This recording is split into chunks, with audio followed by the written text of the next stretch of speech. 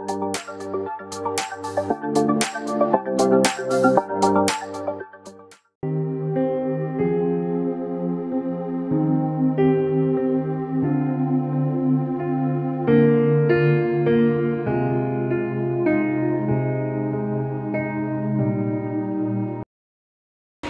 2 दिवस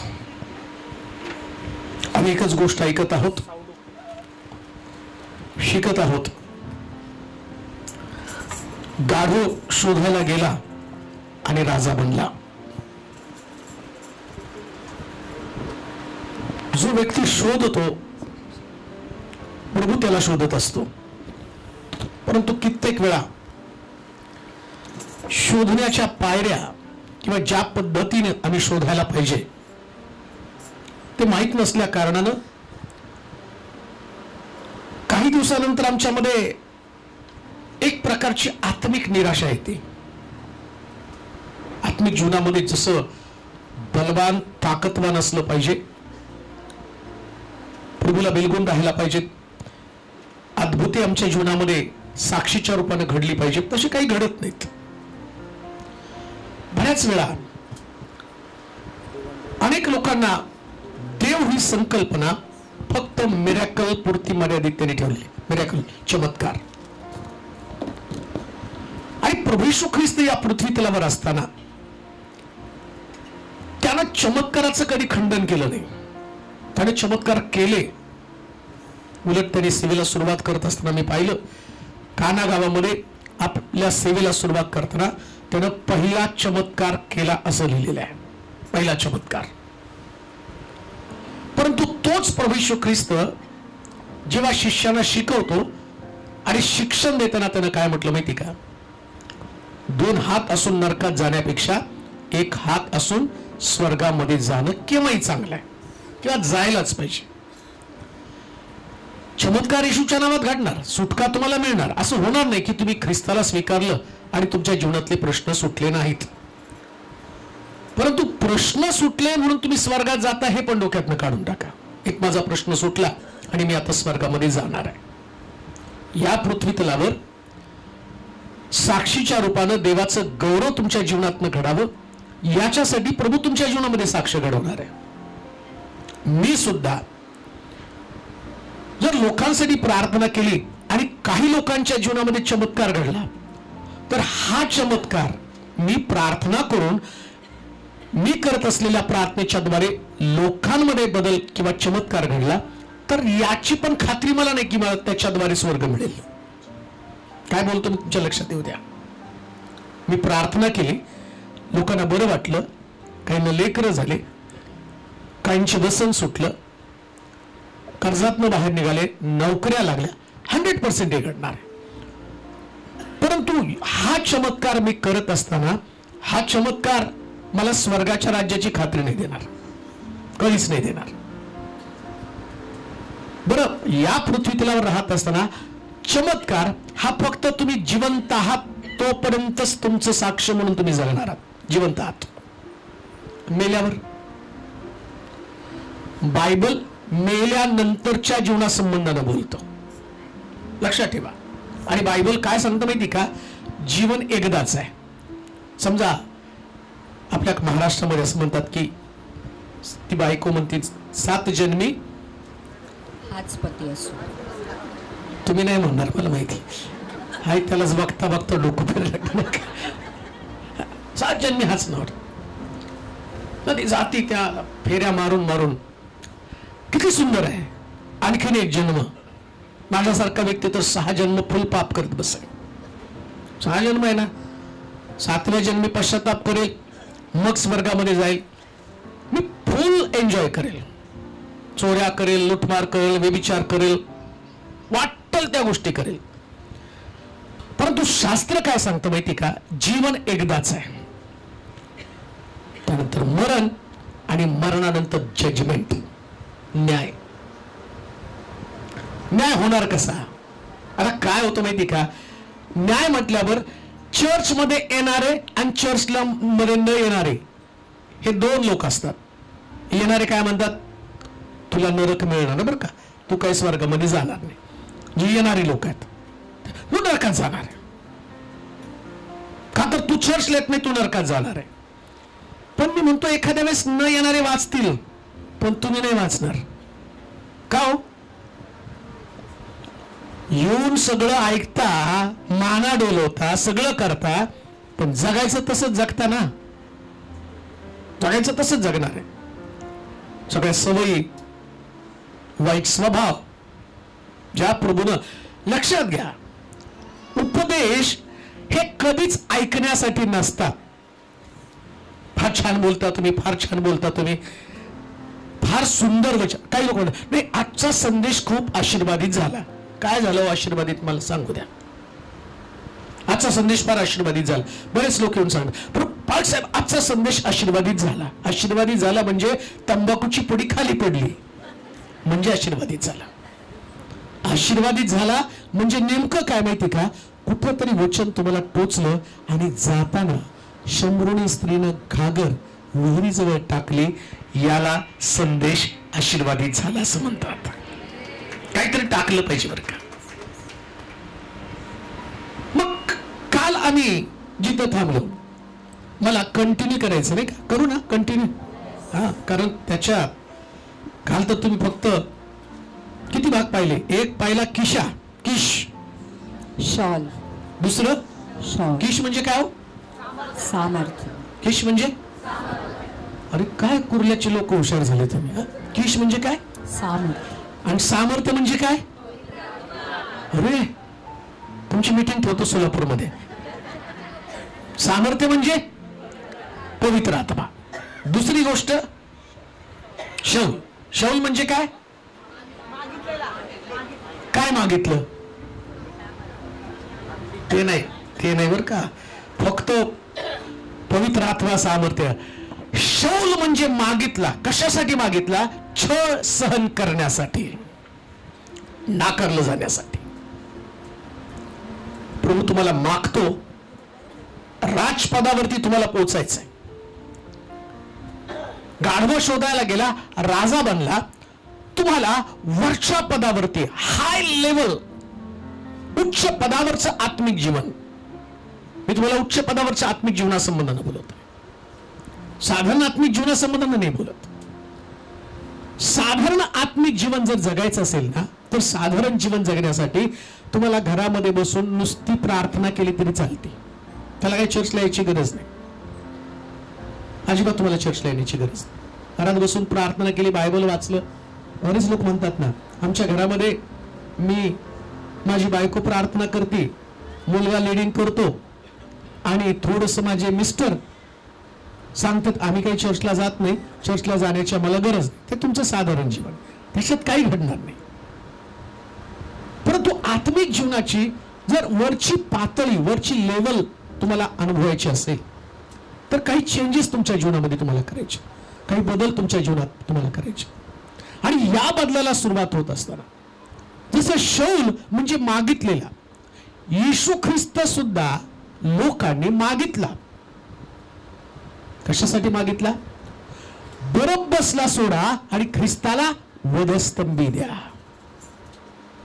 धार्मिका संबंधानं बायबल काय सांगतो माहिती का, नेहमी धार्मिकाला क्रुसावरती जावं लागतं, क्रुसावरती जावं लागतं. पण येशू म्हटला, जो कोणी माझा शिष्य पाहतो त्यानं आत्मनिग्रह करावा, आपला वधस्तंभ घेऊन माझ्या मागे यावं. वधस्तंभ.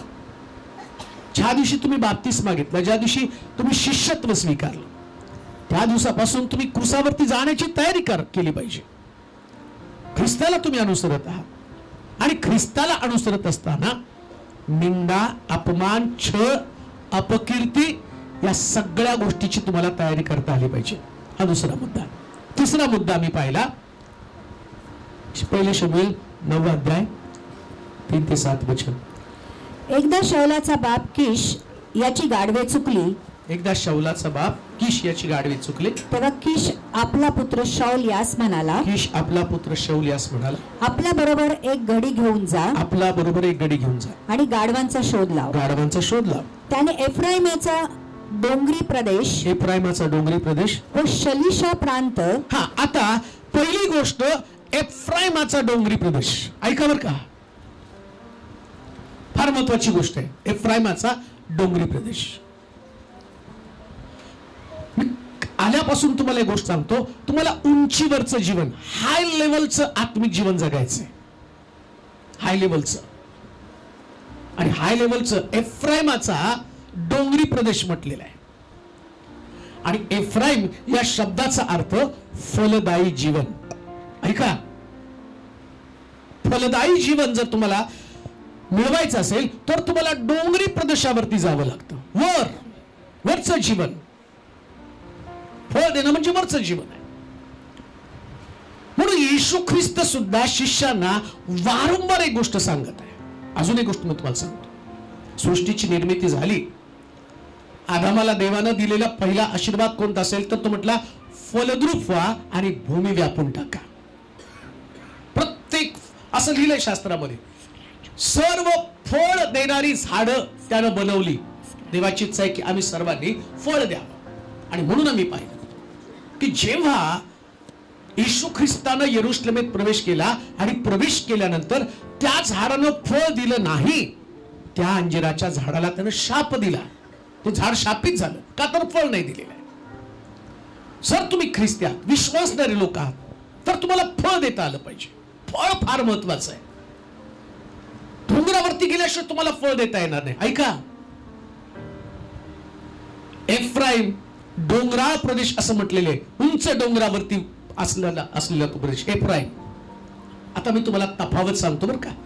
एफ्राईम या शब्दाचा अर्थ 9 शिष्य, ज्या 9 शिष्यांना आम्ही पाहतो की प्रभू येशू ख्रिस्त पेत्र, याकोब, योहान तिघांना घेऊन डोंगरावरती गेला आणि डोंगरावरती गेल्यावरती येशू रात्रभर प्रार्थना त्यांनी केली. प्रार्थना करून खाली आला आणि 9 शिष्य डोंगरावरती न जाता खालीच थांबले. नीट ऐका, 9, 3 आणि 3 मधलं एक जी डिव्हायडेशन तुमच्या समोर मी मांडणार आहे. एफ्राईम म्हणजे फळ देणारे जीवन. ते कसं तुम्हाला कलाटणी देणार आहे आणि तुम्ही कसं वेगळं ठरणार आहात. येशूचे शिष्य येशू बरोबर चालले, पण डोंगर आल्याबरोबर ते खाली थांबले. म्हणजे आम्ही नाही तुझ्यावर डोंगरावरती प्रार्थनेसाठी येणार. 3 जण डोंगरावरती गेले. 3 जण डोंगरावरती गेले. येशू प्रार्थना करायला लागला. खाली भूत लागलेल्या एका व्यक्तीला कोणीतरी घेऊन आलं आणि येशूचे शिष्य त्याचं भूत काढायला लागले, तर त्यांच्याच्याने भूत निघाला. फार वेळ प्रयत्न केला, मग येशू खाली आला. लोक कुरकुर करू लागले, का तुमच्या शिष्यांकडनं भूत निघला नाही? का भूत निघला नाही? आता भूत निघणं हे पण फळ आहे. आत्म्याची जी कृपादान आहे त्याच्यामधले तुम्ही भूत काढताल, अद्भुत चिन्ह, चमत्कार सगळं घडलं जाईल. आता तुम्ही विश्वासणारे आहात आणि तुम्ही विश्वासणारे आहात, तुम्हाला राजपदावरती जायचंय.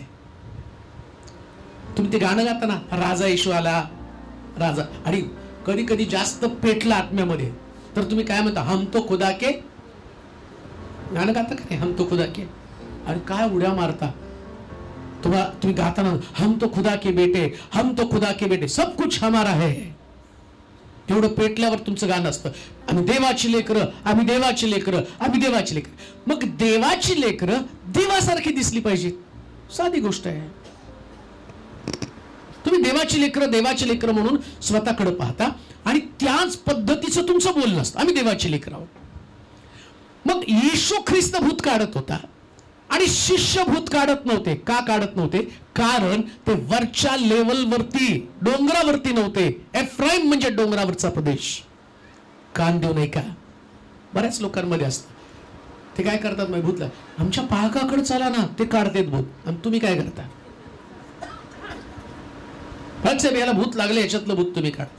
तुम्ही खाली डोंगराखाली राहा, पाळक डोंगरावरती राहील. त्यांनी वरून यायचं आणि भूत काढायचं नाही.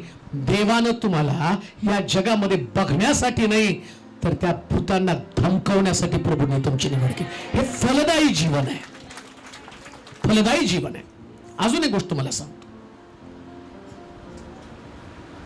कधी सुद्धा अंधकाराच्या शक्तीला तुम्हाला घाबरायचं नाही. फळ नाही बर का हे, ज्याला भीती वाटते, आणि बऱ्याच लोकांना भीती वाटते. अमावस्या, पौर्णिमा, काही लोकांना ते कोणी दारात लिंबू टाकले तरी भीती वाटते.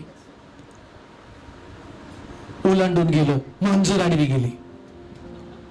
बिलिव्हर्स आहेत बरं का. आणि मांजर आडवी गेली प्रार्थना कर, नाही तुला आडवं टाकलं पाहिजे. मांजरीला आडवं जाऊ दे. आता मांजर आडवी गेली म्हणजे तुम्ही किती लोकांना आडवं जाता.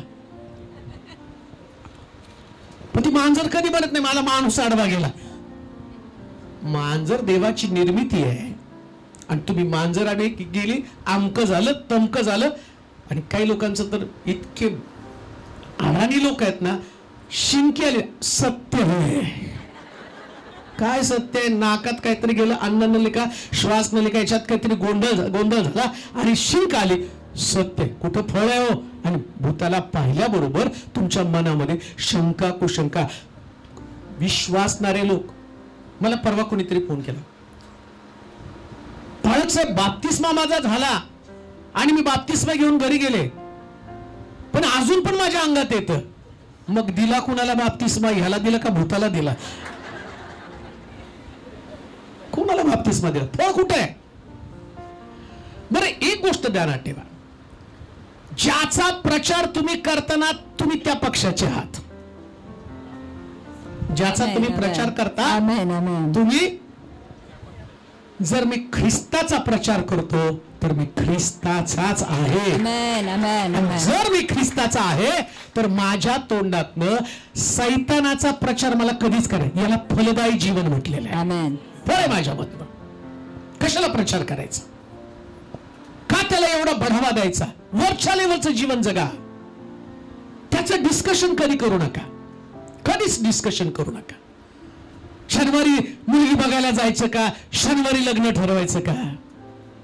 काही लोक म्हणलं शनिवारी लग्न ठरलं आणि आमच्या लग्नात शनी नाचतोय. अजून शनिवारी ठेवा, रविवारी ठेवा.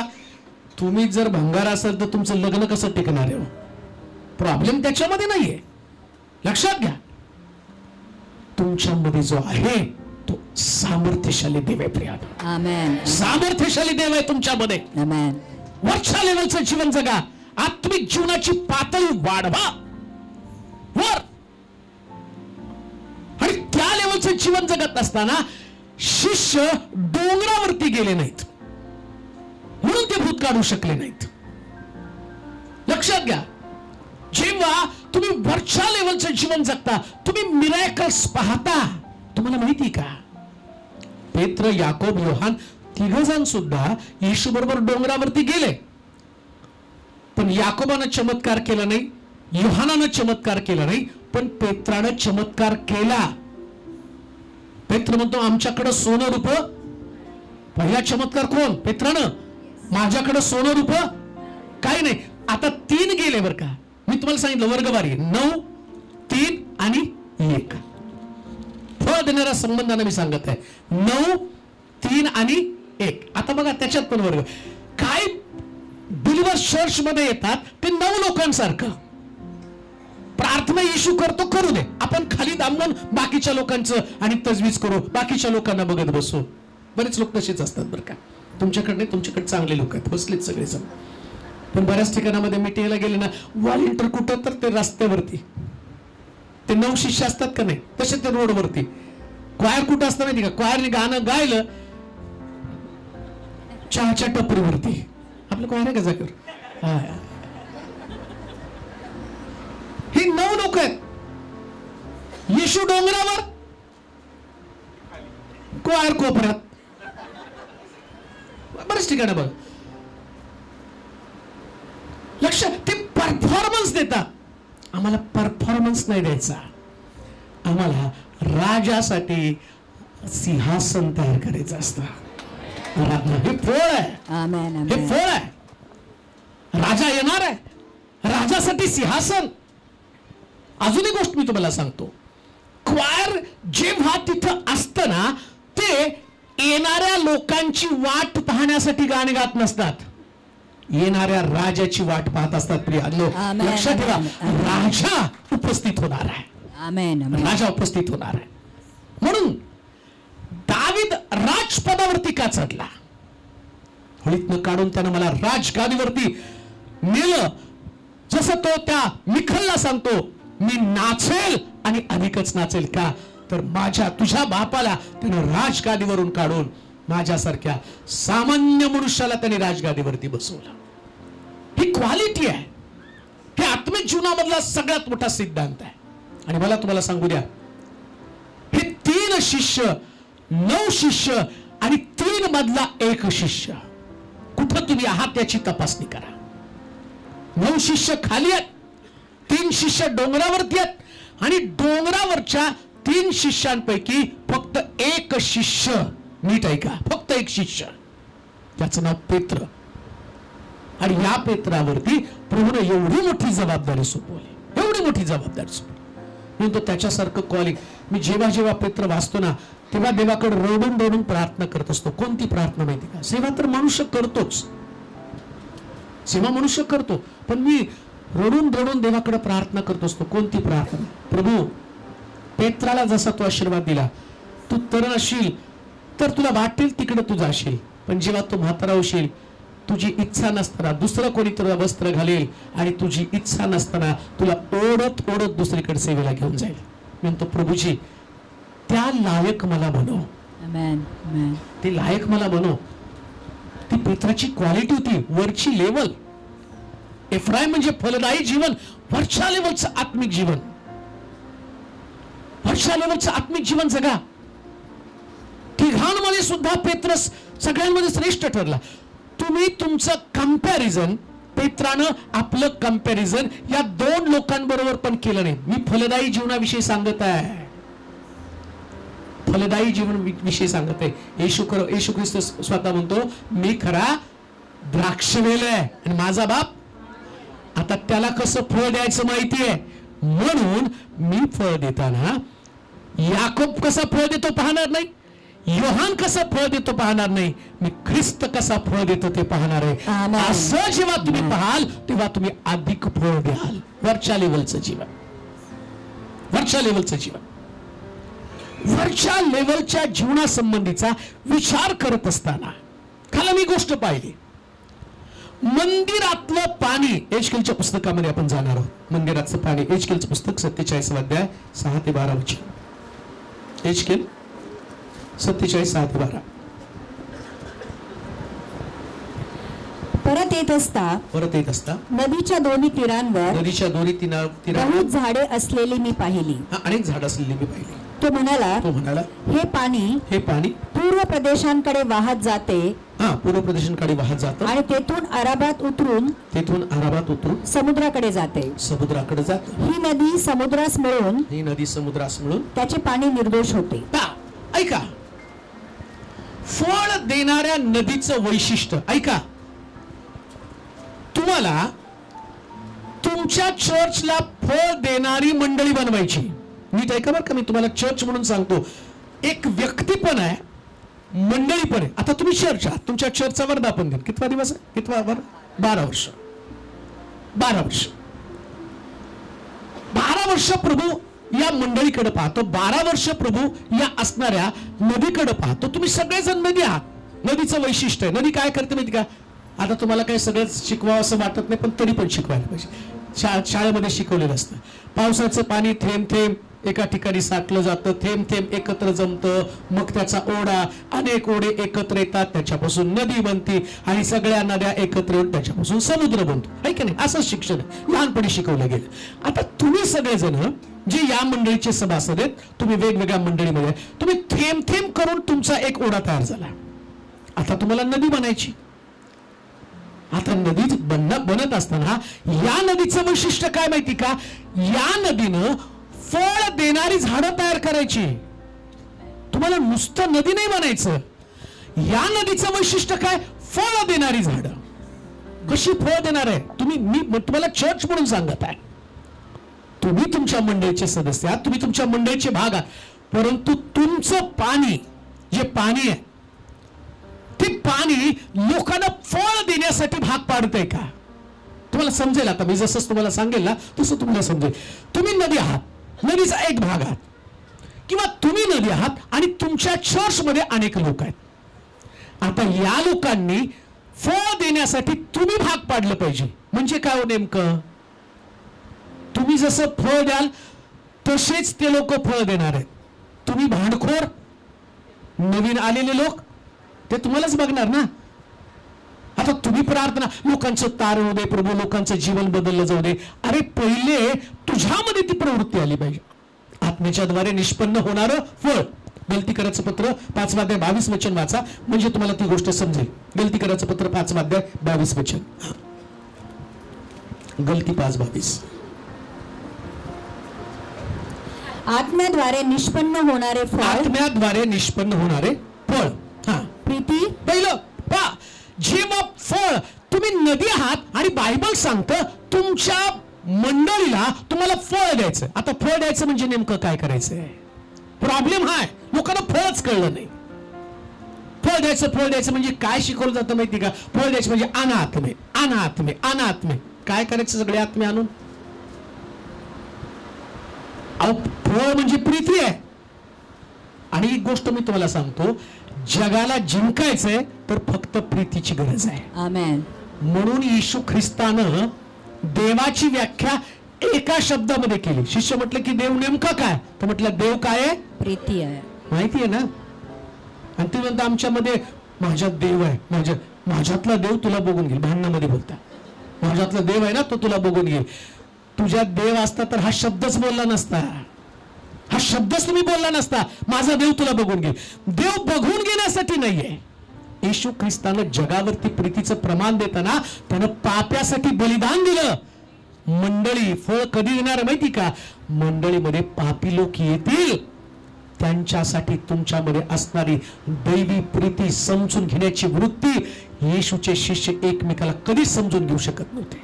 कधीच घेतलं नाही प्रियानो. त्याने त्यांच्यामध्ये ईर्ष्या होती, राग होता, द्वेष होता, चढावण होती, स्पर्धा होती. आणि येशूनं पाहिलं, मग त्याने त्यांना सांगितलं तुमची एकमेकावर प्रीती असेल तर तुम्ही माझे. कोण शिष्य आहेत येशूचे? बोला की. अरे झोपलं का काय? शिष्याची क्वालिटी काय? तुमची एकमेकावर प्रीती असेल तर तुम्ही माझे. म्हणजे बाप्तिस्मा घेतल्यावर शिष्य नाही, बाप्तिस्मा बाह्य चिन्ह आहे. बाप्तिस्मा म्हणजे बाह्य चिन्ह.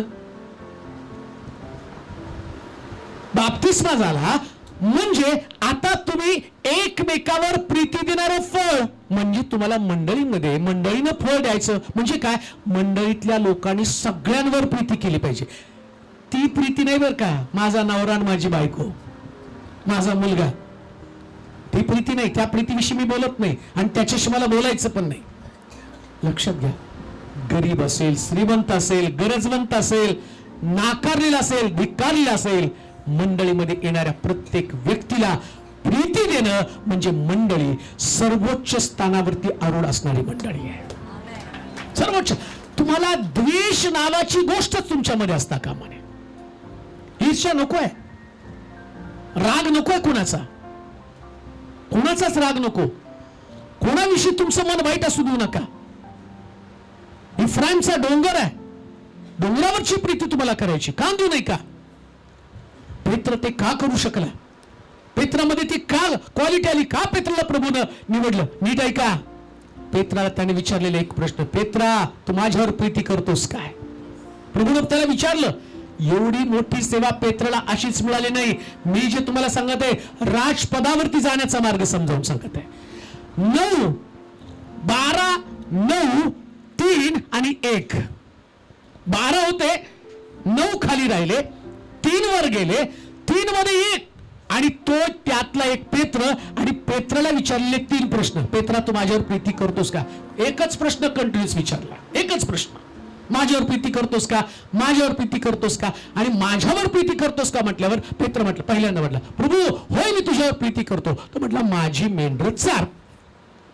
पेत्र तू माझ्यावर प्रीती करतोस काय? तो म्हटलं होय प्रभू माझी कोकरं चार. पेत्र तू माझ्यावर प्रीती करतोस काय? होय प्रभू माझी मेंढरं पाळ. आता बघा येशूची उत्तरं आणि पेत्राने दिलेल्या, येशूचे प्रश्न, पेत्राने दिलेली उत्तरं आणि याच्यानंतर येशूने त्याला दिलेल्या सूचना सगळ्या लक्षात घ्यायच्या फळामध्ये. पेत्रा तू माझ्यावर प्रीती करतोस का? माझी मेंढरं चार. आता मेंढरं कोण आहेत? माझी मेंढरं माझी वाणी ऐकतात. मग मेंढरं कोण आहे? नाही, तुम्ही नाही, लगेच म्या करू नका. ती कोकर आहेत. मेंढर कोण आहे? मी तुम्हाला सांगितलं की माझी मेंढर, माझी वाणी, म्हणजे वाणी ऐकणारी मेंढर आहेत. मेंढर कोण आहेत? म्या नाही बर का. जे वाणी ऐकतात ती मेंढर, जे चर्च मध्ये वचन ऐकतात ती मेंढर बर का. समजलं का तुम्हाला? वचन ऐकतात ती. बाकीची कोण आहे? शेरड. ज्यांना ऐकायला आवडत नाही ती कोण आहे? हा, शेरडाचं वैशिष्ट्य आहे, तुम्ही त्या बकऱ्यांना, बकऱ्या, शेरड म्हणजे बकऱ्या, त्यांना ब्या म्हणा काय म्हणा, ते गावभर फिरून सगळ्याचं खाऊन येतात. तशी मंडळीत पण असते, साऱ्या गावाचं खाऊन येतात नाही का. त्याचं ऐका, त्याचं ऐका, तो काय म्हणला, चिम्या काय म्हणला, सोम्या काय म्हणला, ह्याचं मत काय, त्याचं मत काय, त्याने काय सांगितलं, कोणी म्हटलं बाळकाला दशांशच नाही द्यायचा, आधीच द्यायची बोंबाबोंब आमची. आणि त्यात असं कोण चिम्याने सांगितलं की संपलं. त्यांचं बाळकाला कशा, कोण पाळक आहे, त्याला आलं ते सुद्धा. आणि मग हा त्याच्या कानात, तो त्याच्या कानामध्ये, पाळकाला दशांश नाही द्यायचा, पाळका. अरे तुम्ही दशांश द्या नका देऊ, एक गोष्ट तुम्हाला सांगू का, तुमच्या देण्यावर कोण पाळक अवलंबून नाही. पाळकाला देण्यासाठी देवाकडे कावळा आहे. तुम्ही काय विचारता? तुमच्या तो दशांश तुम्हाला आशीर्वादित होण्यासाठी आहे. तुम्ही आम्हाला आशीर्वादित करत नाही, आम्ही घेतो म्हणून तुम्ही आशीर्वादित होता. हे पण लक्षात ठेवा, हे पण लक्षात ठेवा. मला राग आला तर मी पहिला काय निर्णय घेतो माहिती का? एखाद्या व्यक्तीनं माझ्या विरोधात काय बोललं ना, मी होतो तुझा दशांश दुसरीकडे द्यायचा. विचारा चर्चमध्ये येऊन काही लोकांना, तुमचा दशांश मला नाही द्यायचा, तुमचा दशांश दुसरीकडे द्यायचा. मग ते पण लोक हुशार आहेत, ते गपचूप त्याच्यामध्ये हातात नाही देत माझ्या. कारण त्यांना माहिती मला ही गोष्ट आशीर्वादासाठी कारणीभूत आहे. म्हणून मेंढर वाणी ऐकतात, माझी वाणी ऐकतात, ते परक्याच्या मागे जात नाहीत. मेंढरांचं वैशिष्ट्य काय? कोणीही तुम्हाला कितीही भुलवलं तर त्याच्या मागे. आता समजा मी इथं सगळं एवढं सांगितलं, कोणीतरी हळूच माझ्याकडे, बाळासाहेब साहेब मुंबईमध्ये चालू करा ना. आणि तुमच्या बाळकाचं काय मग? तुमच्या बाळकाचं काय मग? आणि मग मी पण म्हणणार या, मी काय मेंढर, आता मी तुम्हाला मेंढर म्हणून नाही नेणार, मी लोकरीसाठी घेऊन जाणार. मी तुम्हाला नेईल, पण कशासाठी नाही तुमच्या लक्षात येत. लोकर. आणि खरा मेंढपाळ आपल्या मेंढरासाठी प्राण देतो. हा फरक आहे, हा सगळ्यात मोठा फरक आहे. तुमचा मेंढपाळ तुमच्यासाठी प्राण द्यायला तयार आहे. फलदायी जीवनासंबंधाने मी बोलत आहे, वरच्या लेवलचं आत्मिक जीवन. मित्रा, तू माझ्यावर प्रीती करतो, माझी मेंढर चार. मेंढरानं मेंढपाळाची वाणी ऐकावी. लक्षात घ्या, देवानं मेंढरांना वाचा दिली नाही, गाढवाला दिली, पण मेंढराला दिली नाही. किती छान. कधी कधी ते बायबल आम्ही ज्या समजून घेतो ना, तसं मला कळतं. देवानं एवढी मेंढर, येशू ख्रिस्त सुद्धा म्हणतो स्वतः संबंधानं, यशाच्या पुस्तकामध्ये देवानं त्याच्या संबंधानं म्हटलं, वधावयात नेत असलेल्या कोकराप्रमाणे लोकर कातरणाऱ्या पुढे जसं मेंढर गप्प राहतं तसा तो गप्प राहील. त्याला मेंढराची उपमा दिली, पण बोलायला मात्र गाढवाला लावलं, मेंढराला नाही बोलायला लावलं. का माहिती का? मेंढरानं कधीच बोलायचं नसतं. मग गाढवामध्ये आणि मेंढरामध्ये फरक काय? बोलायचं कोणी? आता बघा, दिशाला कुठला चाललाय उपदेश, पण तरी जाता जाता तुम्हाला सांगायला पाहिजे. बोलायचं कोणी? कोणी बोलायचं? मेंढरानं का नाही बोलायचं? त्याचं कारण मेंढरानं नुसतं ऐकायचं. गाढवामध्ये आणि मेंढरामध्ये फरक काय? गाढव ओझ वाहत, ज्यांना मंडळीचं ओझ वाहता येतं त्यांनीच बोलायचं. बिना ओझ्याचं बडबड करत बसायचं नाही, काय काम करायचं नाही, ओझं घ्यायचं नाही, कुठल्याच गोष्टीत काय बोलायचं नाही. देव कशी वाचा देणार आहे? तुम्हाला ओझायला पाहिजे एकमेकाचं. मेंढर म्हणून तुम्ही नुसतं ऐकताना कुठलंच ओझं घेत नाही तर तोंड बंद करून बसायचं. आणि जर अजून एक गोष्ट तुम्हाला सांगतो, या गाढवाचं वैशिष्ट्य काय माहिती का? गाढव आपल्या मालकाचं ठाणं ओळखतं. म्हणजे कोणत्या गाढवानं बोलायचं? ठाणं ओळखणाऱ्या गाढवानं. गाढव जर सगळीकडे भटकत राहिलं, याचं ऐकलं त्याचं ऐकलं आणि मेंढपाळाला येऊन सांगायला लागलं ना, त्या गाढवाला नेऊन कुठंतरी हाकलून द्या बाहेर. त्याला नाही बोलण्याची मुभा. कुणाला बोलण्याची मुभा आहे? मी वरच्या लेवलचं आत्मिक जीवन तुम्हाला सांगत आहे. हाय स्पिरिच्युअलिटी संबंधाने बोलत आहे, वरची लेवल. म्हणून लक्षात ठेवा, तुम्ही देवाचे लेकर आहात. तुम्हाला जर आत्मिक जीवनामध्ये काहीतरी चांगलं करायचं असेल, फलसंपन्न जीवन जगायचं असेल, फलदायी जीवन जगायचं असेल, तर जसं तो म्हटला, माझी मेंढरं चार. लक्षात घ्या, मेंढरं म्हणून नुसतं चरत राहा. मेंढराला चरण्यासाठी चॉईस नसते. जे मेंढपाळ देतो, जिथं मेंढपाळ नेतो तेच मेंढर खातात. मेंढर स्वतःच्या मर्जीनं मेंढपाळासमोर फरमाईश ठेवत नाही. तुमचे लेकरं ठेवतात, लेकरं ठेवतात, मेंढर ठेवत. आणि देव त्याच्या लोकांना कशाची उपमा देतो? येशू ख्रिस्त स्वतः शिष्यांना म्हटला, इस्रायल मधले हरवलेले मेंढर शोधण्यासाठी मी आलेलो आहे. इस्रायल मधले हरवलेले मेंढर. म्हणून मेंढर म्हणून जे मेंढपाळ तुम्हाला देईल ते तुम्हाला खायचं आहे. का तुम्हाला मी सांगतो माहिती का? बऱ्याच चर्चमध्ये गेल्यानंतर पाळकाला याच्यावरच उपदेश द्यायचा म्हणून सांगितलं जातं. याच्यावरच बोलायचं, याच्या बाहेर नाही बोलायचं. मला बऱ्याच ठिकाणच्या मीटिंगचं कॉल ते सांगतात, आमचं मिशन आहे बघा पाळक साहेब, आता तुम्हाला आम्हाला बोलवायचं आहे, तुम्ही पेंटिकॉस्टल आहे, येऊन तिथं जास्त हालेल. थोडं थोडं म्हणा, पण जास्त म्हणू नका. थोडं थोडं म्हणा. आता मला माहिती, यांना हालेलुया म्हटलं, अहो ज्यांना हालेलुया आणि प्रेज द लॉर्ड म्हणतो त्यांच्या समोर डोकं आपटून त्यांचं परिवर्तन होत नाही. यांच्याकडे हालेलुया म्हणून काय डोकं आपटून परिवर्तन होणार आहे? प्रश्न हालेलुया प्रेज द लॉर्ड नाही, प्रश्न सिद्धांताचा आहे. जेव्हा देवाचं वचन आतमध्ये जातं, हे वचन कार्य करतं. म्हणून मेंढरानं आहे तसं खायचं आणि दूध द्यायला सुरुवात करायची, लोकर द्यायला सुरुवात करायची. याला स्पिरिच्युअली उंच म्हटलेलं आहे, आत्मिक जीवनात फलदायी जीवन म्हटलेलं आहे. माझी मेंढरं चार, माझी कोकरं पाळ. ऐका, आता बघा तुम्हाला काय बनायचंय. मी फलदायी जीवनासंबंधाने बोलतो म्हणून काल तुम्हाला म्हटलं, जर फलदायी जीवन सांगायचं तर तुम्हाला सगळं समजणार नाही, थोडं थोडं मला तुम्हाला सांगावं लागेल. माझी मेंढरं चार, माझी कोकरं चार. पाळ नाही म्हटलं बरं का, काय म्हटलं? चार. मेंढरं पाळायची, कोकरं काय करायची? चारायची नुसती. का? त्याला तुम्ही किती चारा, पण ते भटकणार, ते भटकणारच. किती पण चारा त्या. त्यांच्या मागे जास्त बसून, अरे बाबा बस रे बस. आता काय काय ते असतात कोकरं, त्यांना तुम्ही किती पण बांधा, ते जाणार म्हणजे जाणारच. मग आता त्या कोकऱ्याच्या माग तो म्हणतो, पाळत बसू नको, जायचे जाऊ दे, लांडग्याच्या हाती सापडतील आणि त्यांचा विध्वंस होईल. पुन्हा मी तुम्हाला सांगतो, लांडग्याच्या हाती सापडण्यापेक्षा कळपात राहून देवाच्या संगती राहा. कळपात राहून देवाच्या संगती राहा. भिवून राहा प्रभूला, भिवून राहा वचनाला, उद्ध्वस्त होऊ नका. तुमच्या आत्मिक जीवनाची काळजी तुम्ही घ्या.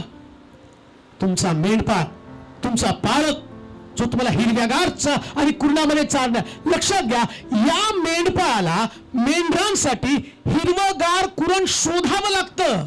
त्याच्याकडे येत नाही कुरण. ते तुम्ही नाही विचार करू शकत मेंढपाळाचा.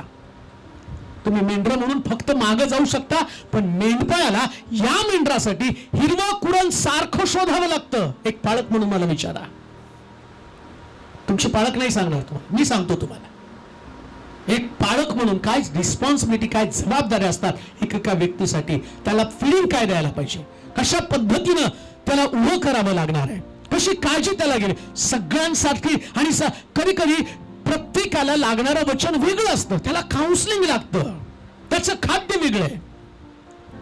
तुमच्याकडे जी लहान लेकर आहेत ना, जन्मलेली लेकर आहेत, त्या लेकरांना इथली बिर्याणी चालत नाही. जसं आईला कळतं की त्याला दूध द्यावं लागतं, तसं हा जो नूतन जन्मलेला नवीन आलेला व्यक्ती, याच्यासाठी सुद्धा मेहनत घ्यावी लागते. आणि ती तरतूद करत असताना कुठल्या लेवलचं थिंकिंग त्याचं असतं तुम्ही कधीच विचार करू शकत नाही. आणि त्या सगळ्या गोष्टीचा पुरवठा तो करतो. मला नेहमी माझ्या आईचं कौतुक वाटतं. आज तिचं 77 एज तिचं आहे, परंतु मी कधी कधी तिला बोलतो की तू थकली आता, आपण स्वयंपाकाला एक बाई, म्हणजे धुणं भांड्याला बाई आहे, सगळं बाकीचं काम करायला. तिला म्हणतो नाही स्वयंपाकाला लावू. ती म्हणते नाही, बाईचं जेवण ज्या पद्धतीने मी तयार करते ती तयार करू शकणार नाही, आणि मला तुला चांगलं द्यायचंय. मग त्यास मला कळतं की आईला आपल्या लेकरांची एवढी काळजी असती, तसा सेम पाळक असतो.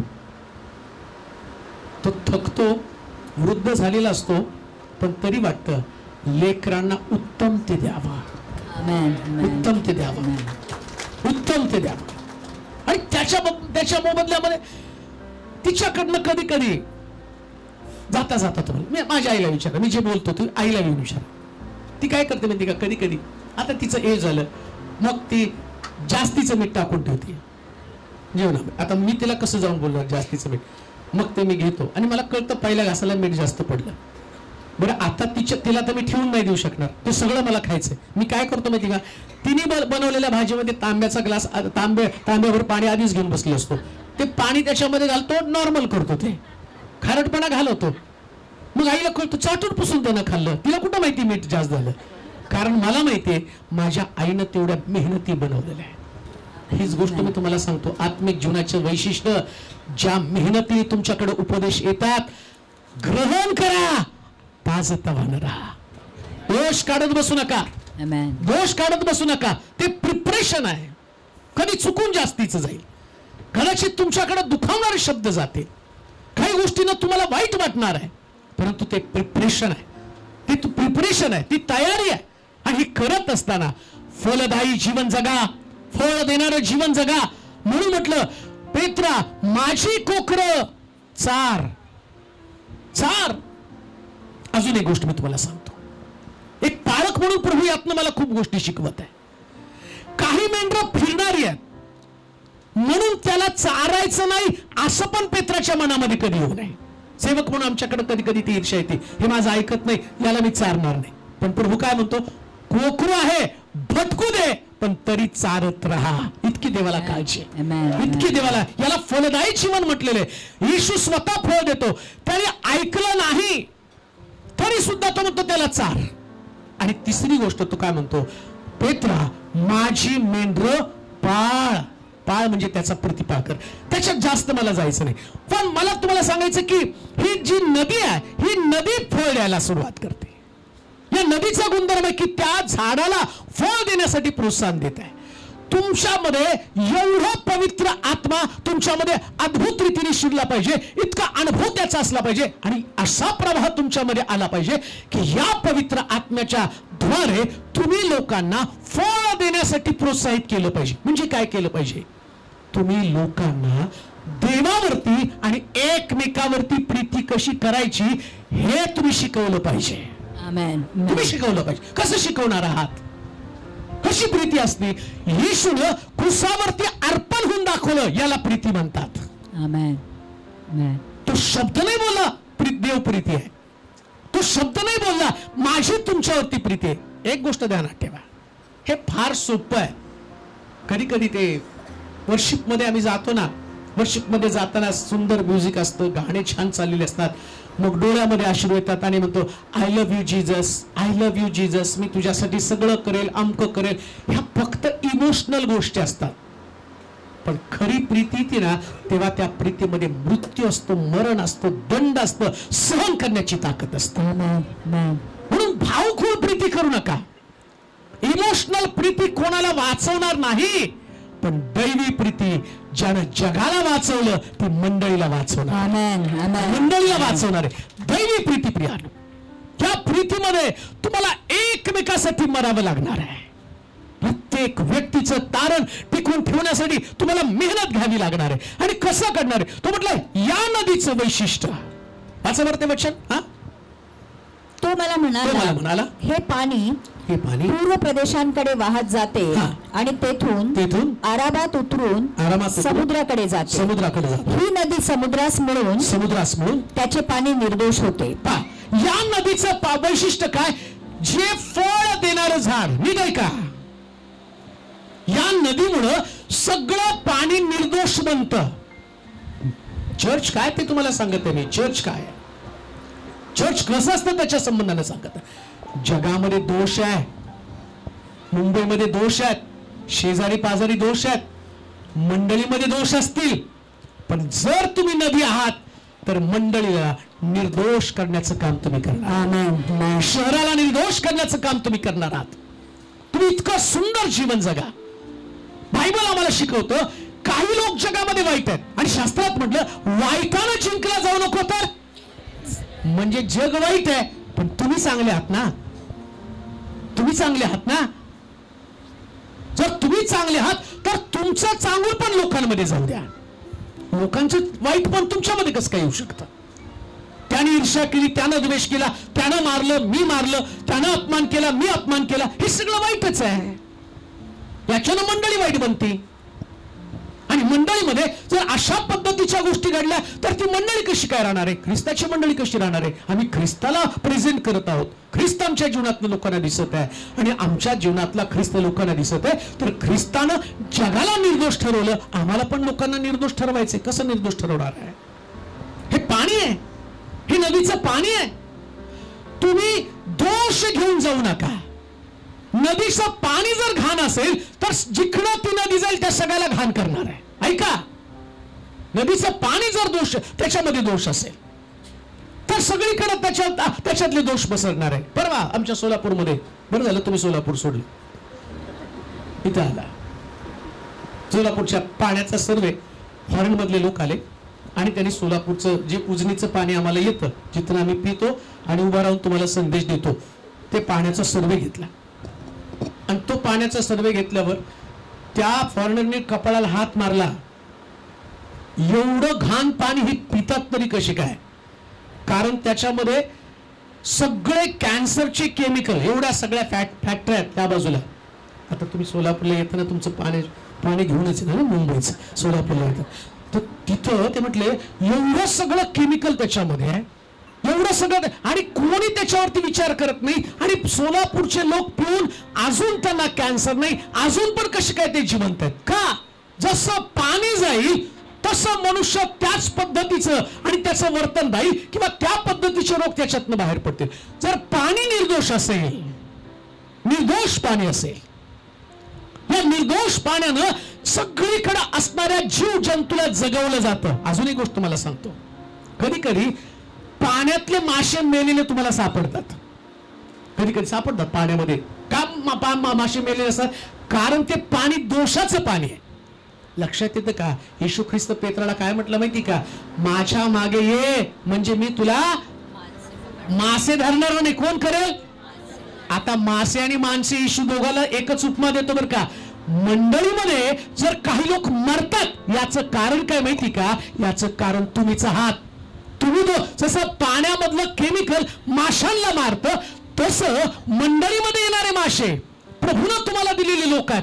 आतलं वातावरण इतकं गढूळ असतं, इतकं दूषित असतं, त्याच्यातले गुणधर्म इतके वाईट असतात की लोक देवामध्ये जगण्याच्या ऐवजी ते आत्मिक जीवनामध्ये मृत्यू पावलेले असतात. आणि याची शोकांतिका लोकांना त्याच्याविषयी खंत वाटत नाही. इतकं वाईट जीवन आमचं असतं. आम्ही कोणाला चांगलं म्हणत नाही. आमच्या समोर कोण व्यक्ती चांगली नसते. सगळ्याला आमच्यात मुखातनं दोष, सगळ्याला वाईट बोलणं, आपले शब्द, निंदा आणि एकमेकाविषयीच्या सर्व वाईट गोष्टी आमच्या जीवनात घडतात. आम्ही लोकांना प्रेझेंट करत असताना अशा प्रकारचं जीवन जगावं. माझ्याकडे पाहणारा व्यक्ती आत्मिक दृष्ट्या जिवंत राहिला पाहिजे. त्याला फलदायी जीवन म्हटलेलं आहे. लक्षात ठेवा. कोणी तुमचं जीवन पाहून आत्म्यामध्ये देवाच्या संगतीपासून दूर जाता कामा नये. त्यानं प्रभूला आणि त्यानं पाहिल्याबरोबर तुम्हाला पाहिल्यावर त्याला असं वाटलं पाहिजे, झील वाटलं पाहिजे. त्यानं म्हटलं पाहिजे ब्रदर तुमच्यासारखं प्रेम मला करता आलं पाहिजे, तुमच्यासारखी सहनशीलता माझ्यामध्ये आली पाहिजे, तुमच्यासारखी प्रार्थना माझ्यामध्ये असली पाहिजे, तुमच्यासारखं सॉफ्ट बोलणं माझ्यामध्ये असलं पाहिजे. लक्षात ठेवा. विश्वासणाऱ्या लोकांचं बोलणं नेहमी सॉफ्ट असलं पाहिजे. आता जोरात आमेन म्हणा. हे जमत नाही, सगळं जमत पण तावा न. एक व्यक्तीला टिकवून ठेवणं हे मंडळीचं काम आहे. एक व्यक्तीला वागवणं, उभं करणं ते मंडळीचं काम आहे. म्हणून फलदायी जीवन. सारं लक्ष आपण पुढे देवाच्या वचनाकडे लावू. गाढव शोधायला गेला आणि राजा बनला. ज्या गोष्टीकडे तुमचं लक्ष मी वेधू इच्छित आहे, तुम्हाला काय बनायचंय हे तुमच्या आचारा विचारांवरती अवलंबून आहे. तुम्ही काय बनलं पाहिजे. जसं आम्ही पाहिलं की एक नदी, या नदीचं वैशिष्ट्य की जिथं कुठं ती जाते त्या सगळ्या पाण्याला ती निर्दोष करते. निर्दोष करणं म्हणजे जगण्यासाठी प्रोत्साहन देणं. ऐका, एक अशा प्रकारचं व्यक्तिमत्व तुम्हाला बनायचं आहे. येशू म्हणतो ना, मार्ग सत्य आणि जीवन मीच आहे. जर येशू जीवन आहे, तुम्ही त्याचे शिष्य आहात, मग येशूचं जीवन येशू स्वतःसाठी नाही जगला. भाकर, येशू म्हणतो स्वर्गातनं उतरलेली भाकर मी आहे. भाकर लोकांना खाण्यासाठी दिली जाते. भाकर मरती, अस्तित्व संपतं. ऐका,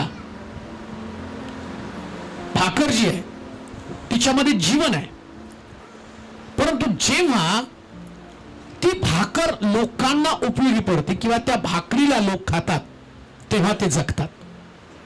तसं येशू जीवन आहे आणि तुम्हाला ते जीवन संपलं. तुम्ही लोकांना जीवन देत असताना तुम्ही मरणं म्हणजे लोक जिवंत राहणे. तुमच्या नाही लक्षात आलं. जेव्हा तुम्ही तुमच्या भावना, तुमच्या इच्छा, ही गोष्ट मी तुम्हाला सांगणार आहे. तिसऱ्या एफ्राईम म्हणजे फलदायी जीवन, त्याच्यामध्ये बरेच पॉइंट्स आहेत, पण ते मला गाळून पुढे जाणं गरजेचं आहे. बरेच पॉइंट्स आहेत.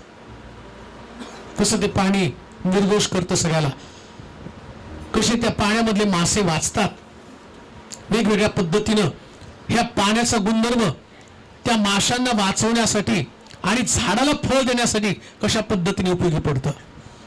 तो एक वेगळा विषय, वेगळा भाग आहे. परंतु मला जो चौथा टप्पा गाढव शोधायला गेला आणि राजा बनला, त्याच्यातली जी चौथी पायरी आहे ती पायरी तुम्हाला समजावून सांगणं गरजेचं आहे आणि तितकीच महत्वाची आहे. देव कोणाला सुद्धा अतिउच्च प्रकारचं पाचारण देत नसतो. कोणाला सुद्धा वरची जागा सहजपणे मिळत नाही. काल मी तुम्हाला सांगितलं, ईशाची 8 मुलं आहेत, परंतु 8व्या मुलातल्या 7 मुलांना दुर्लक्ष करून 8व्या दाविदाला त्यांनी निवडलं. याकोबाला 12 मुलं आहेत, परंतु 12 मुलांपैकी एकालाच प्रभू विजन देतो आणि तो त्याला सांगतो की 11 पेंढ्या तुझ्या पेंडीला नमन करतील. 12 पैकी 1. येशूला 12 शिष्य आहेत, परंतु 12 शिष्यांपैकी एकालाच इतकी जबरदस्त प्रकारचं अभिवचन देऊन इतकी सुंदर सेवा देतो की त्याची सेवा म्हातारा होईपर्यंत टिकणार होती. पण बाकीच्या जर तुम्ही 11 शिष्यांकडे पाहिलं तर त्यांना एवढ्या उच्च प्रकारचं पाचारण नव्हतं. का नव्हतं? का मला त्या वरच्या लेवलवरती अभिषेक, का वरच्या लेवलवरचं सामर्थ्य मला प्राप्त होत नाही? का वरच्या लेवलवरती प्रभू मला घेऊन जात नाही? तो विचार आम्ही कधी करत नाही.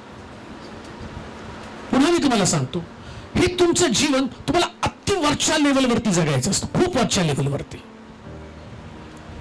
म्हणून मी पाहतो, ज्या हन्नीनं परमेश्वराच्या मंदिरामध्ये जाऊन प्रार्थना केली, आपल्या वांझपणासाठी रडली, परंतु देव तिच्याकडे पाहत असताना एक शब्द तिच्या मुखातनं ऐकू इच्छित होता. एक शब्द ऐका बरं का, ती काय म्हणते, काय अभिवचन देते, काय परमेश्वराशी बोलते. जर तुम्हाला मुलगा दिला तर मी तो तुझ्या मंदिरामध्ये तुझ्या सेवेसाठी समर्पित करेल. एक शब्द देवानं ऐकला. रडली ती आधी, पण असं लिहिलं तिची सवत तिला मंदिरामध्ये चिडवत होती आणि ती रडत रडत मंदिरातून बाहेर जात होती. याच्या अगोदर पण ती रडली, पण त्या दिवशी एकदम उच्च प्रकारचं पाचारण, उच्च प्रकारचा अभिषेक तिच्यामध्ये आला. आणि उच्च प्रकारचा अभिषेक काय होता माहिती का? ती रडताना जे तिच्या मुखातली कबुली, हा तिच्या उच्च प्रकारचा अभिषेक आहे. कोणती कबुली? ज्याच्यासाठी ती रडत होती तेच देवाला देऊन टाकणार. आमेन, आमेन. ज्याच्यासाठी ती रडते तेच प्रभूला देऊन टाकणार. काय कसल्या गोष्टी संबंधानं हे शास्त्र आम्हाला शिकवतं.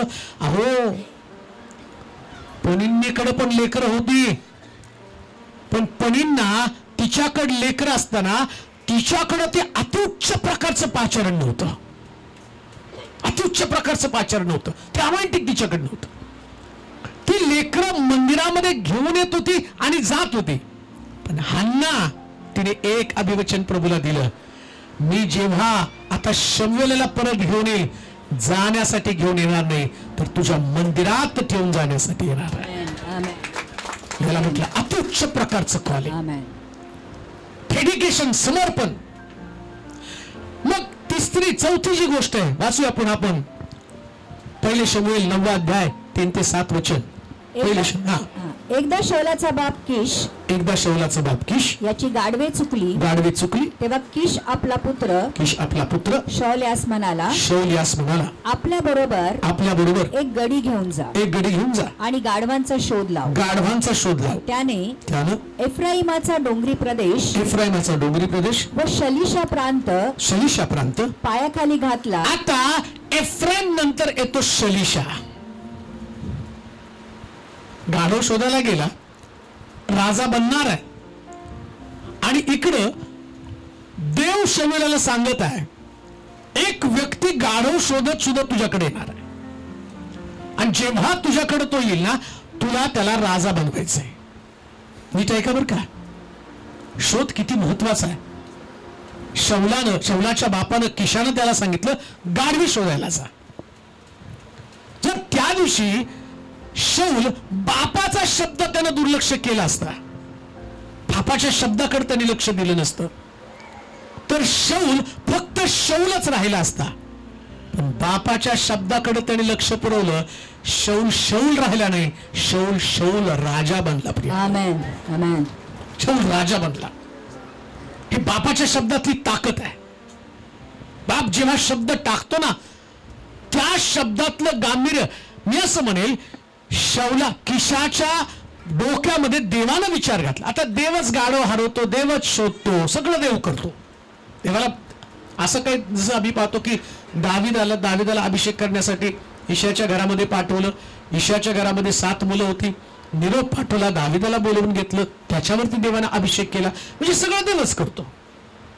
शौलाला आता राजा करायचं, इस्रायल लोकांची मागणी, आणि मागणी करत असताना त्यानं काय केलं माहिती का, इकडं त्याच्या बापाच्या डोक्यामध्ये विचार घातले. शलिशा, मी तुम्हाला सांगत आहे, हा शलिशा प्रांत तुमच्या जीवनामध्ये त्याचं इम्पॉर्टन्स काय, त्याचं महत्व काय, आणि ते तुम्हाला कसं आत्मसात करता येईल, आणि तुम्ही कसं राजगादीवरती पोहोचणार आहात. राजगादीवरती पोहोचण्याचा मार्ग कोणता, त्याच्या संबंधानं जाता जाता हा शेवटचा मुद्दा मिळतो. शेवटचा मुद्दा नाही, अजून त्याच्यामध्ये सूप आहे, बऱ्याच गोष्टी आहेत, परंतु तुम्हाला माहिती आहे की हे पण तुम्हाला समजणं फार गरजेचं आहे. मंडळीमधल्या लोकांना जेव्हा या असणाऱ्या शलिशाची ओळख होणार आहे, शलिशा प्रांताची ओळख होणार आहे, या शलिशा प्रांताची ओळख तुमचं स्वतःची ओळख बदलून टाकणार आहे. अजून एक मी तुम्हाला सांगतो, तुम्हाला तुमच्या स्वतःची ओळख नको आहे, तुम्हाला येशूनं दिलेली ओळख असली पाहिजे. आमेन म्हणाल का? पेत्रला लोक म्हणतात, लोक तुला शिमोन म्हणतात, पण इथून पुढं तुला कोणी शिमोन म्हणणार नाही, तर तुला पेत्र म्हणतील. आणि पेत्र या शब्दाचा अर्थ पेट्रस, म्हणजे खडकातनं काढलेलं तेल तुला म्हणतील. ओळख दिली, बदलून टाकले. शिमोन नाही, शिमोन म्हणजे ऐकणे, तो नुसतं ऐकणार नव्हे, आता मी तुला पेत्र म्हणजे खडकामधलं तेल असं बोलेल. वेगळी ओळख दिलेली आहे. कांदू नाही का, माझ्या स्वतःची ओळख मला कुचकामी ठरणार आहे, पण प्रभूने दिलेली ओळख मला सर्वोच्च जागेवरती घेऊन जाणार आहे. अतिउच्च जागेवरती. मला स्वतःची ओळख नको आहे. मी स्वतः जेव्हा जगतो ना, तर माझी ओळख मला जास्तीत जास्त अशा लोकांपर्यंत घेऊन जाणार जेवढा माझा दर्जा आहे, जेवढा माझा दर्जा आहे. आता मी इथं आलो, परंतु असं नाही होणार की चला इथं आलो, आता उपमुख्यमंत्री शिंदेला मी भेटून, त्याला माझी तेवढी ओळख नाही, म्हणजे मला जी ओळख आहे तिथपर्यंत, त्याच लेवल पर्यंत मी जाणार, पोहोचणार आहे. आता बघा, माझी ओळख इथपर्यंत आहे, पण जेव्हा तुमची ओळख या सर्वांचा बाप स्वर्गातला देव हा जेव्हा तुम्हाला ओळख देतो तर राजे सुद्धा तुमच्या समोर येतात. आमेन. म्हणून देवानं तुमची ओळख बदलणं गरजेचं आहे. ती कशी ओळख बदलणार आहे? परंतु आम्ही आमच्या ओळखीमध्ये अडकून पडलेले. बरेच लोक मला ओळखलं का? बरेच लोक ओळखलं का? मला ओळखलं नाही मी कोण आहे. आणि त्याच्यामध्ये आणि कित्येक लोक म्हणतात मी कोण आहे यांनी मला अजून ओळखलं नाही. संपलं, तुम्ही तुमच्या ओळखीत अडकून पडला. पण लक्षात ठेवा, जेव्हा देव तुम्हाला ओळख देतो तेव्हा सारं जग तुम्हाला ओळखत असतं. सगळं जग तुम्हाला ओळखून टाकतं. जगानं तुम्हाला ओळखायला पाहिजे. म्हणून येशूचे शिष्य जे नेहमी इकडं तिकडं फिरत असायचे ना, येशून त्याला काय म्हटलं माहिती का? मी तुम्हाला अशी ओळख देईल, मुठभर लोक पण जगाची उलथापालथ करतील. ही त्यांची ओळख. शलीशा प्रांताकडे जात असताना जो शोध तुम्ही घेतात, ऐका, सगळ्यात महत्वाची गोष्ट जर तुम्हाला काय शोधायचं असेल ना, तर तुम्हाला तुमची ओळख शोधायची. तुम्ही कोण आहात? पेत्रा तू पेत्र, शिमोना तू शिमोन नाही, तू पेत्र आहेस. त्याला माहित नव्हतं की तो कोण आहे. त्याला वाटलं एक मासे धरणारा साधा कोळी मी आहे. तो म्हटलं अरे तुझ्यामध्ये मासे धरण्याचं कसब नाही, तुझ्यामध्ये माणसं धरण्याचं कसब आहे. आणि तुम्हाला सांगू का, जर पेत्र येशूच्या मागे आला नसता आणि पेत्राला येशूनं ओळख करून दिली नसती ना, काय पेत्राला देवानं ओळख करून दिली. अहो, पहिला पाळक, पहिला सेवक ज्यानं पहिला उपदेश केला आणि त्याच्या उपदेशानं 3000 लोकांचा बाप्तिस्म झाला. काय ओळख दिली त्यानं, विचार करा. आज रात्री जर तुम्हाला तुमची ओळख जर पटली ना, तुम्ही कोण आहात, तुम्ही साधारण जीवन जगणार नाही, अद्वितीय जीवन जगणार, अलौकिक जीवन जगणार, अलौकिक जीवन. या जीवनाची तोड आणि तुलनाच होऊ कसं हे अलौकिक जीवन माझ्यामध्ये येणार आहे? कसं येणार आहे माझ्यामध्ये? शलीशा प्रांत, या शलीशा प्रांतात फलदायी जीवन जेव्हा तुमच्यामधनं बाहेर पडतं, फळ तुम्ही द्यायला सुरुवात करता. फळ द्या, फळ द्या. फळ जर दिलं नाही तर तुम्ही शलीशा प्रांताकडे कधी येणार नाही. शलीशा प्रांत त्याच्या पुढची पायरी. फळ देणं जसं आवश्यक आहे तसं शलीशा प्रांतामध्ये तुम्हाला नव्या काही गोष्टी शिकायला मिळणार आहे. शलीशा या 3 भाग. शलीशा म्हणजे 3 भाग. बघा, आता पहिल्या भागामध्ये आम्ही पाहिलं हरवलेली गाडी शोधली, किशाचा मुलगा, किश म्हणजे सामर्थ्य. दुसऱ्या याच्यात आम्ही पाहिलं शौल म्हणजे मागितलेला. तिसरी गोष्ट आम्ही पाहिली एफ्राईम म्हणजे फलदायी जीवन. आता फलदायी जीवन जगता जगता प्रभू तुम्हाला कुठं घेऊन येतो माहिती का? शलीशा. आणि शलीशा म्हणजे 3 भाग. मग काय 3 भाग आहेत? नीट आहे का? बरं का, हे शास्त्र तुम्हाला वाटतं तितकं सोपं नाही आणि असंच वाचलं असाच विचार केला, तसं नसतंय. फार सुंदर, प्रत्येक गोष्टीला अर्थ, प्रत्येक सिद्धांत, एकेका वचनामध्ये एक सिद्धांत आहे, एकेका वचनामध्ये एक सिद्धांत आहे. आणि तो सिद्धांत तुम्हाला राजगादीकडे घेऊन जात असतो, तुमची ओळख बदलून टाकत असतो. जसं मी तुम्हाला सांगितलं, शौल ही त्याची ओळख आहे, पण शौल राजा ही त्याची देवानं दिलेली ओळख आहे. शौल हे त्याचं नाव आहे, त्याच्या बापानं त्याला दिलेलं नाव आहे, पण देवानं त्याला दिलेलं नाव कोणतं? शौल राजा हे देवानं दिलेलं त्याला नाव आहे. तुम्हाला सुद्धा देव एक काहीतरी नाव देणार आहे, पण आता तुम्हाला शलीशाकडे यायला पाहिजे. शलीशा म्हणजे 3 भाग. मग त्याचं शुभवर्तमान 22 अध्याय 34 ते 40 वचनं. मग त्याचं शुभवर्तमान 22 अध्याय 34 ते 40 वचनं. तुम्हाला समजेल नेमकं काय ते. मग ते 22 34 ते 40. त्याने सदुक्यास निरुत्तर केले, त्यानं सदुक्यास निरुत्तर केलं. असे ऐकून परुषे एकत्र जमले आणि त्यातील एका शास्त्राने त्याची परीक्षा पाहण्यासाठी विचारले, गुरुजी, नियमशास्त्रात कोणती आज्ञा मोठी आहे? ऐका बरं का, नियमशास्त्रात कोणती आज्ञा मोठी आहे? तो त्याला म्हणाला, तू आपला देव परमेश्वर याच्यावर पूर्ण अंतःकरणाने. पहिला भाग शलीशा म्हणजे काय? 3 भाग. शलीशा म्हणजे काय? 3 भाग. आता पहिला भाग काय? पूर्ण अंतःकरणाने, पूर्ण जीवाने. दुसरा भाग काय? पूर्ण जीवाने. तिसरा भाग, पूर्ण मनाने प्रीती कर. हीच मोठी व पहिली आज्ञा. हीच मोठी आणि पहिली आज्ञा.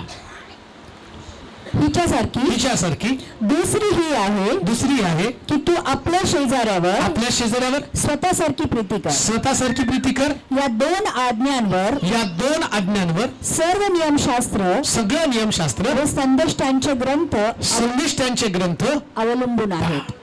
3 भाग. आम्हाला हे 3 भाग कधी समजलेच नाही. बनायचं काय हो? काय बनायचं तुम्हाला? अरे देवा, ओळख विसरून गेला. काय बनायचं? मी आल्यापासून 2 दिवसात तुम्हाला डोकं आपटून सांगितलं.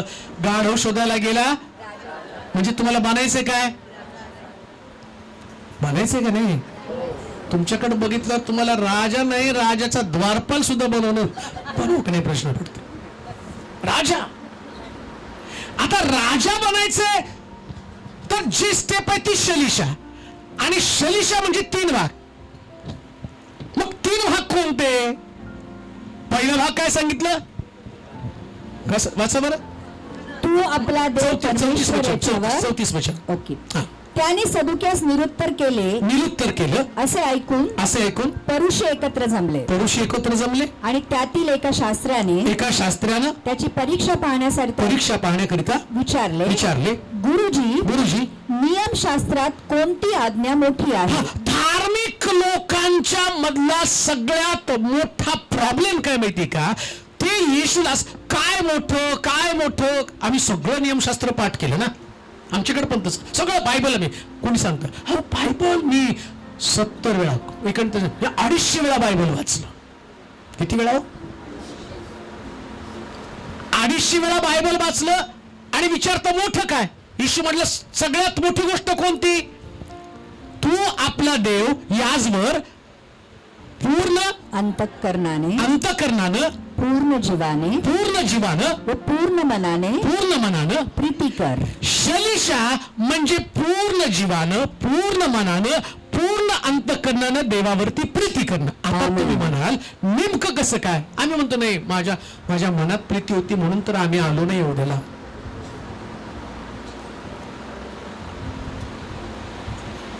तुम्ही नाही झाला त्याच्यासाठी. मला कित्येक भेटतात नाही, तुम्हाला टीव्ही वरती ऐकत होतो, आता प्रत्यक्ष बघायचं म्हणून आलोय. तुम्ही कुठं देवासाठी आलाय? तुमच्या भावना चेंज आहेत. पुन्हा मी तुम्हाला सांगतो, हा व्यक्ती जो तुमच्या समोर उभा आहे ना, या व्यक्तीला किंमत तेव्हा असणार आहे जेव्हा याच्यामध्ये देव असेल. आमेन. हे सगळं जे आहे ना आत्मिक जीवन, हे आंतरिक गोष्ट आहे, बाहेरून काहीच नाही. तुम्हाला तुमचं अंतःकरण, पहिला जो भाग आहे तुमचं अंतःकरण. ऐका, मनात तुमच्या कोण आहे हा मोठा प्रश्न आहे. तुमच्या मनामध्ये कोण आहे? शास्त्री आणि परुषी हे येशूकडे येऊन येशूला प्रश्नामध्ये पकडण्याचं त्यांचं अंतःकरण येशूकडे नव्हतं बरं का. अंतःकरण नव्हतं येशूकडं. बऱ्याच वेळा काय होतं माहिती का, आम्ही येतो पण पहिला भाग आमचं अंतःकरण, तुमचं हृदय, तुमचं अंतःकरण. अंतःकरण या शब्दाचा अर्थ आहे आतला कान. करण म्हणजे काय? करण म्हणजे कान. आता काय होतं माहिती का, प्रगटीकरणाच्या पुस्तकामध्ये एक शब्द येशून काय, ज्याला कान आहे तो तुम्ही ऐकताय, तुमचा हा बाहेरचा कान आहे. आणि बाहेरचा जो कान आहे ना, याच्यानं फक्त काही लोक मला बोलतात तुमचे शब्द खूप छान आहे, उच्चार खूप छान आहे. काडी लावायची त्या शब्दाला. जर त्या शब्दानं तुमच्या मनाचं पुनरुज्जीवनच होत नसेल, ज्या शब्दानं तुमचे स्वभावच बदलले जात नसतील, ज्या शब्दानं तुमचं मन परिवर्तन होत नसेल, लक्षात घ्या, आतला कान म्हणजे काय? जसं बाहेरून एक मनुष्य ऐकत असतो, हा बाहेरचा मनुष्य फक्त कानाला बरं वाटतं म्हणून ऐकत असतो. आत एक मनुष्य आहे आणि आतमधल्या मनुष्याला एक कान आहे. आणि जेव्हा आतमधला मनुष्य देवावरती प्रीती करू लागतो, ऐका, आतल्या माणसानं देवावरती प्रीती केली पाहिजे. जेव्हा आतला मनुष्य देवावरती प्रीती करतो ना, तेव्हा मुखातनं शब्द निघतो कोणता माहिती का? हरणी जशी पाण्याच्या प्रवाहासाठी लुलपते, तसा हे देवा माझा जीव तुझ्यासाठी लुलपत आहे. आतला मनुष्य म्हटला पाहिजे. आणि प्रॉब्लेम काय माहिती का, कधी कधी आतला मनुष्य बाहेरच्या, आतल्या मनुष्याला तसं जाता येत नाही, बाहेरचा मनुष्य त्याला घेऊन जावं लागतो. दुसऱ्या भाषेमध्ये तुम्हाला सांगतो, साध्या सोप्या भाषेमध्ये सांगतो तुम्हाला कुठं तरी जायचंय. आता मी इकडं येताना रिक्षावाल्या मागं आलो होतो, रिक्षावाल्याला घेऊन आलो होतो. बॅग गेली तुमची, मी सारखंच तुम्हाला सांगणार माझी बॅग गेली, माझी बॅग. आणि आता मिळणारच होता, मिळाला. कशासाठी मिळणार होता? माझं मिळालं, तुमचं मिळालंच. फक्त आता प्रश्न असा आहे, अगली बार किसका नंबर आहे.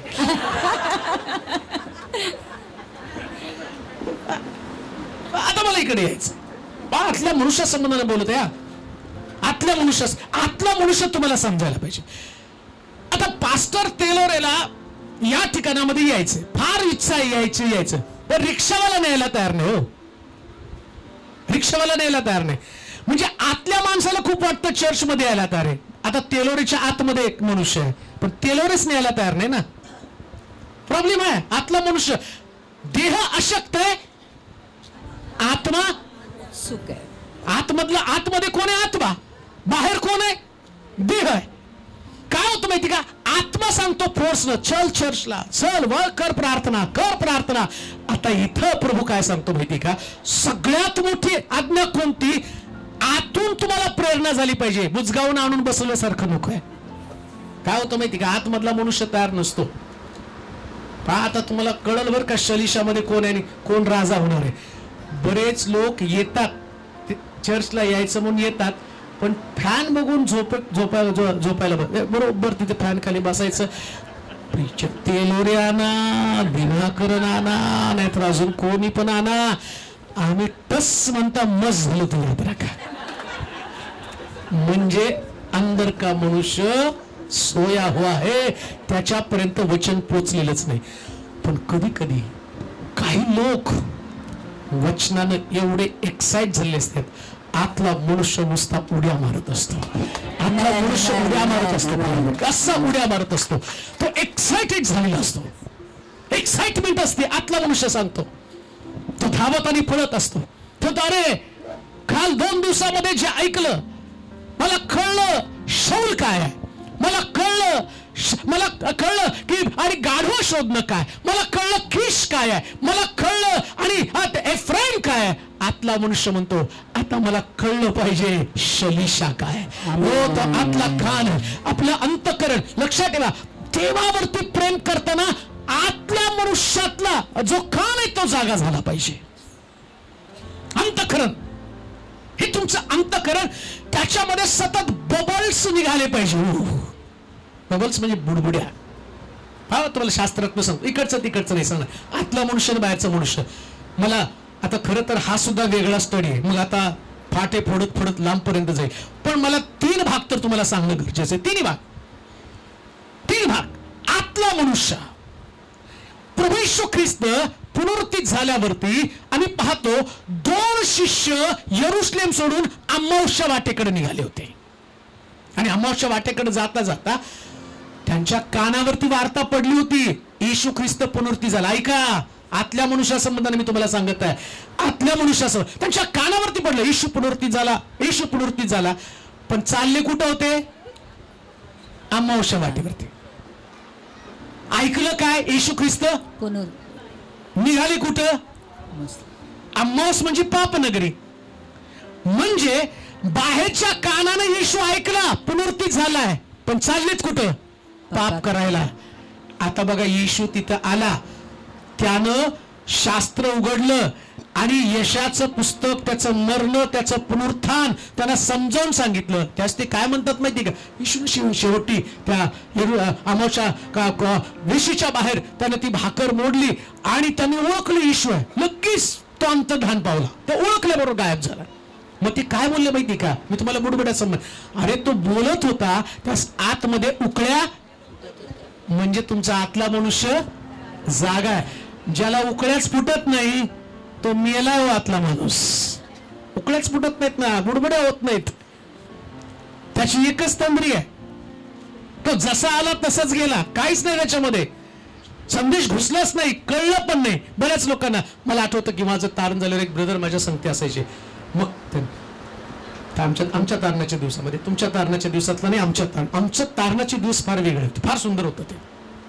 तसा मी काही आदिमानव नाही बरं का, नाही तर सोडत आमच्या तारण. मग तिथं ते खूप पॉवरफुल मीटिंग झाली, खूप पॉवरफुल. म्हटलं किती पॉवरफुल, अशी मीटिंग मी कधी झालेली पाहिली नाही. म्हटलं काय पॉवरफुल होती. अहो त्या मीटिंगला लाखो लोक आले होते. एकदा मासा, एकदा मटण, एकदा चिकन, एकदा पुऱ्या. अरे खाल्लेलं मेनू सांगितलं. आत्मिक मेनू काय? आत्मिक मनुष्य असतो ना, डोंगरावरती येशू 3 दिवस त्यांच्याशी बोलला, पण एकाला सुद्धा भुकेची जाणीव झाली नाही. का? आतला मनुष्य देवावरती प्रीती करतो. एक भाग आहे. जेव्हा ऐकायला बसतो ना तेव्हा डोक्यामध्ये काहीच नाही. भूक लागली का, चहा का, बिस्किट आहे का, ते तुम्हाला प्रेम आहे म्हणून त्यांनी तुम्हाला दिलं. पण तुमचा फोकस बिस्किटावर पण नाही, चहावर पण नाही. कुठे आहे? जे बोलत ना तेव्हा आतमध्ये बुडबुड्या येतात. प्रियात आतमध्ये बुडबुड्या. बऱ्याच वेळा काय होतं माहिती का, मला माहिती की जेव्हा मीटिंग चालू असते ना, मी पण सभा करतो, लोक चर्चमध्ये बोलतो, एक प्रेशर असतं. कोणतं माहिती का? कोणाचं नाव तर विसरलं नाही ना. मला कोणीतरी सांगितलं, अहो तुम्ही मीटिंग करून गेल्या आणि एक जण आलं माझ्या बायकोला फितवायला लागला. तिलो रे पास्टरची सभा झाली, तुझंच नाव पत्रिकेत नव्हतं. ही कुठली बुडबुडी आहे? ही कुठली बुडबुडी आहे?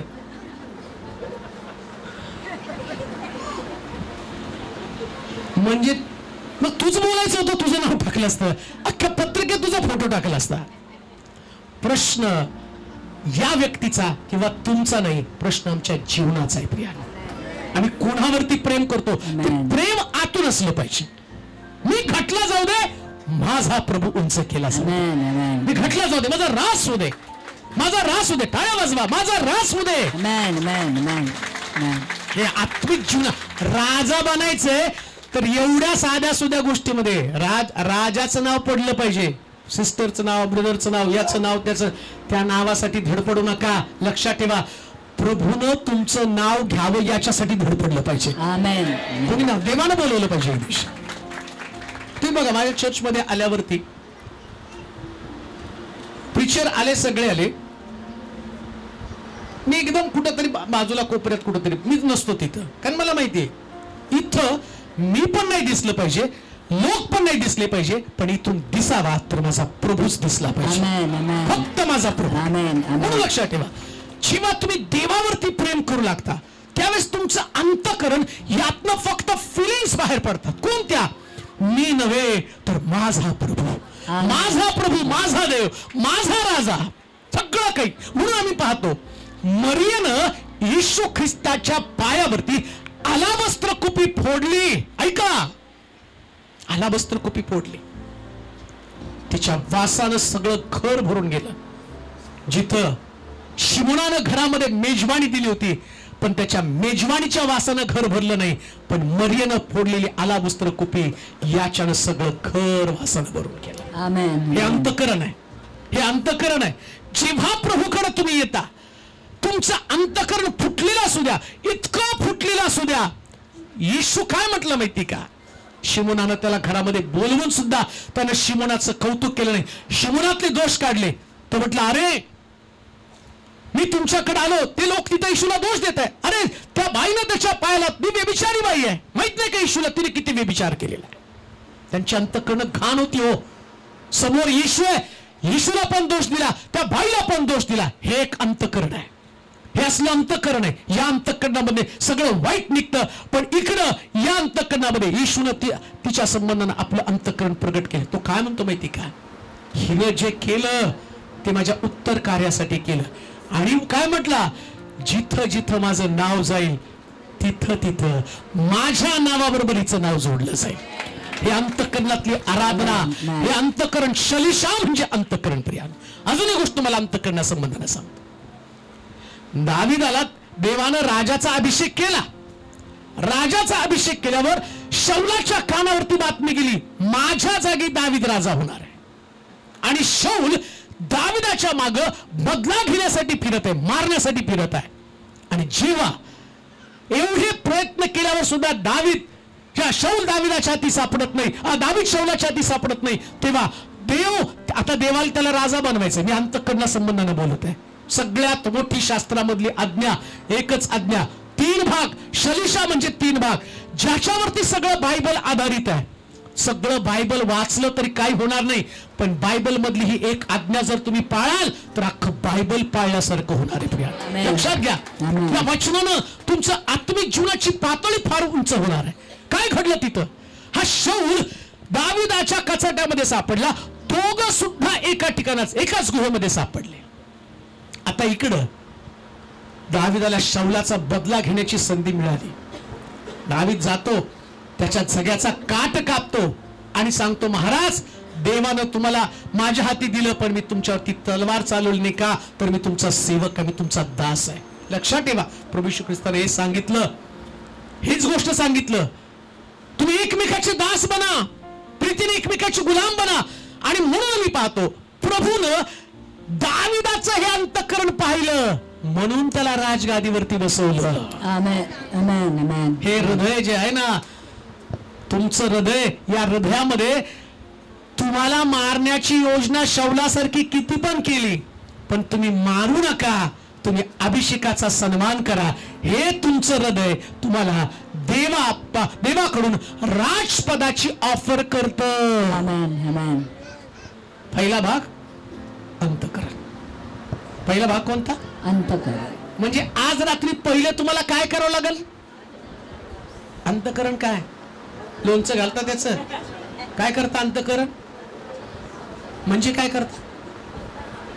100% हृदय बदललं. ओळखायचं कसं काय?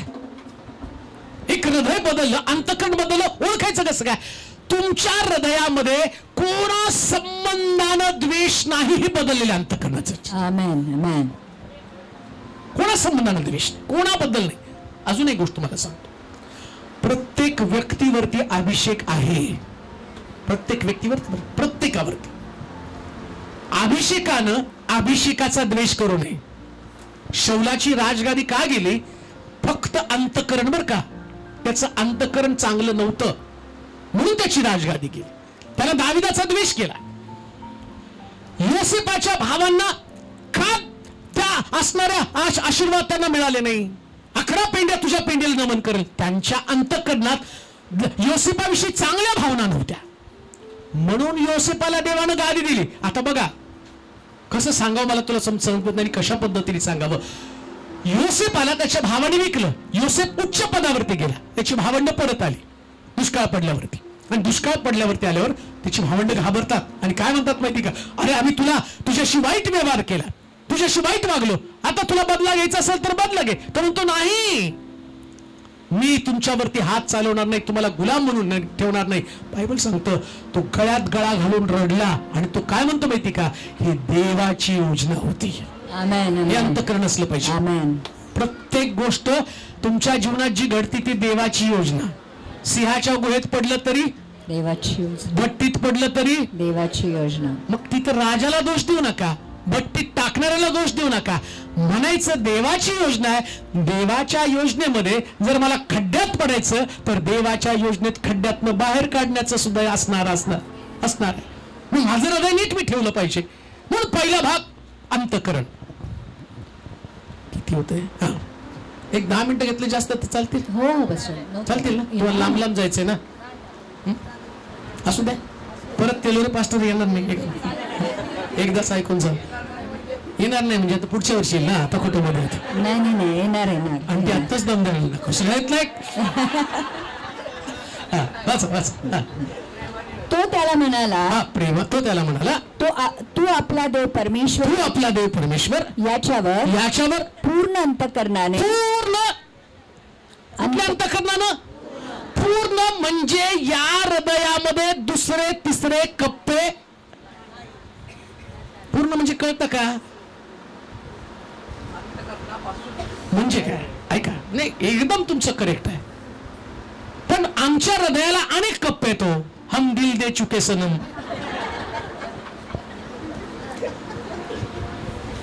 प्रॉब्लेम काय माहिती का, लाख तुम्ही देवाच्या घरात येता. बघा, मी तुम्हाला जी गोष्ट पवित्र शास्त्रातनं सांगतो बरं का, इकडची तिकडची सांगत नाही. तुम्हाला माहिती की शलोमोन जो आहे सगळ्यात ज्ञानी, 3दा देवाने त्याला दर्शन दिलं. कितीदा दर्शन दिलं? शलिशा म्हणजे 3 भाग बरं का. मी तुम्हाला ज्या गोष्टी सांगतो ते एक रहस्य आहे.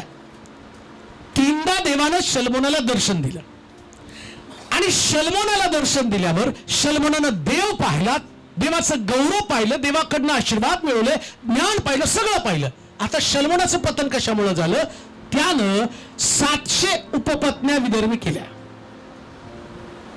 1000 बायका होत्या बरं का, 300 पत्न्या आणि 700. आम्हाला एक सांभाळता सांभाळता नाकी नव्हती, याने 1000 कशा काय सांभाळले असते.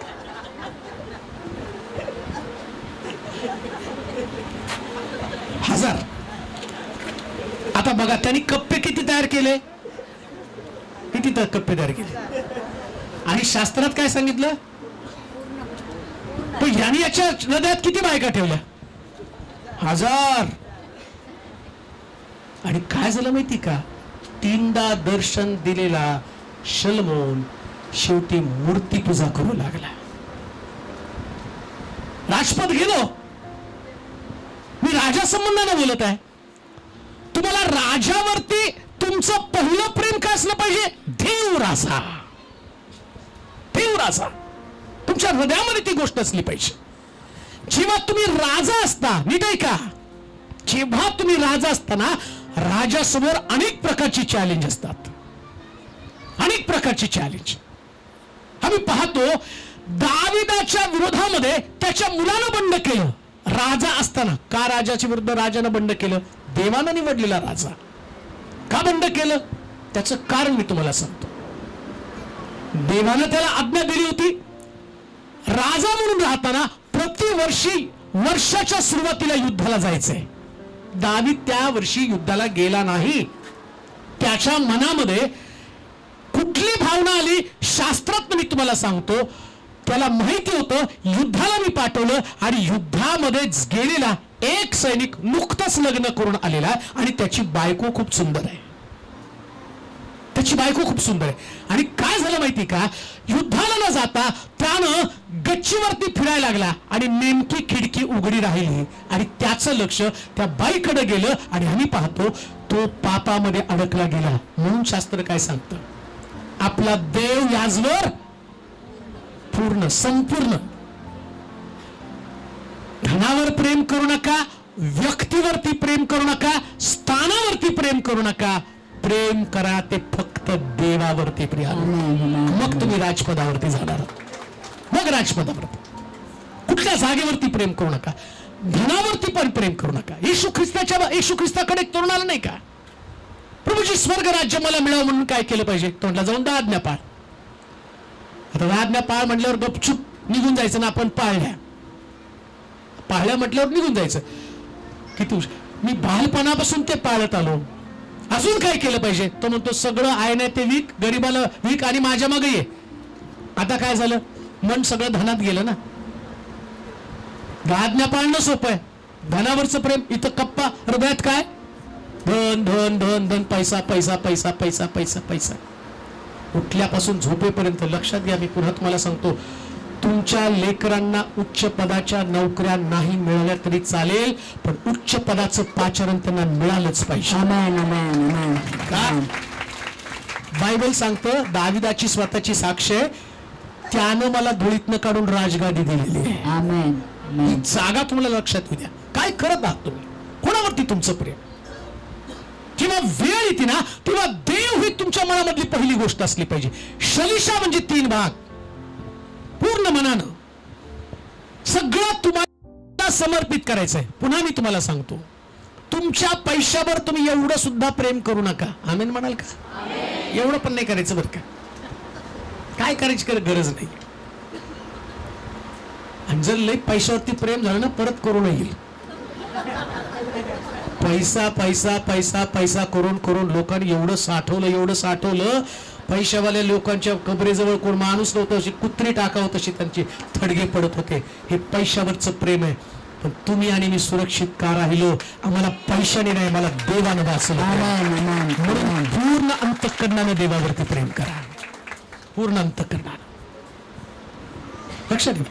आणि अजून एक गोष्ट तुम्हाला सांग, देवावरती जे प्रेम करतात देव त्यांना सगळं भारी भारी देतो. आमेन. शास्त्र म्हटलं प्रथम त्याचं नीतिमत्व आणि धार्मिकता मिळवा, बाकीच्या गोष्टी आपोआप. म्हणजे इंग्लिश कळेल तुम्हाला. आपोआप म्हणजे काय? अरे ऑटोमॅटिक.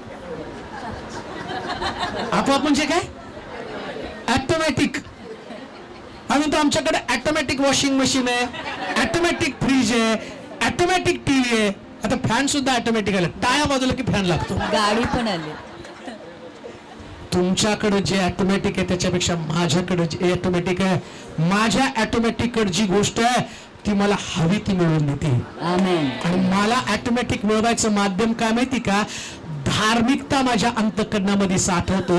धार्मिकतेमुळे सगळ्या गोष्टी ऑटोमॅटिक आपल्याला मिळत राहतात. मग तुमचं धार्मिकतेकडे लागलं आपोआप.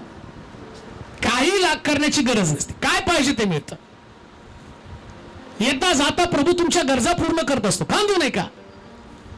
म्हणून पहिला जो भाग आहे बघा, आता शैलीशा मला 3 भाग सांगायचे, काटा तर पुढे चाललेला आहे, एकच भागामध्ये मी अडकून पडलो.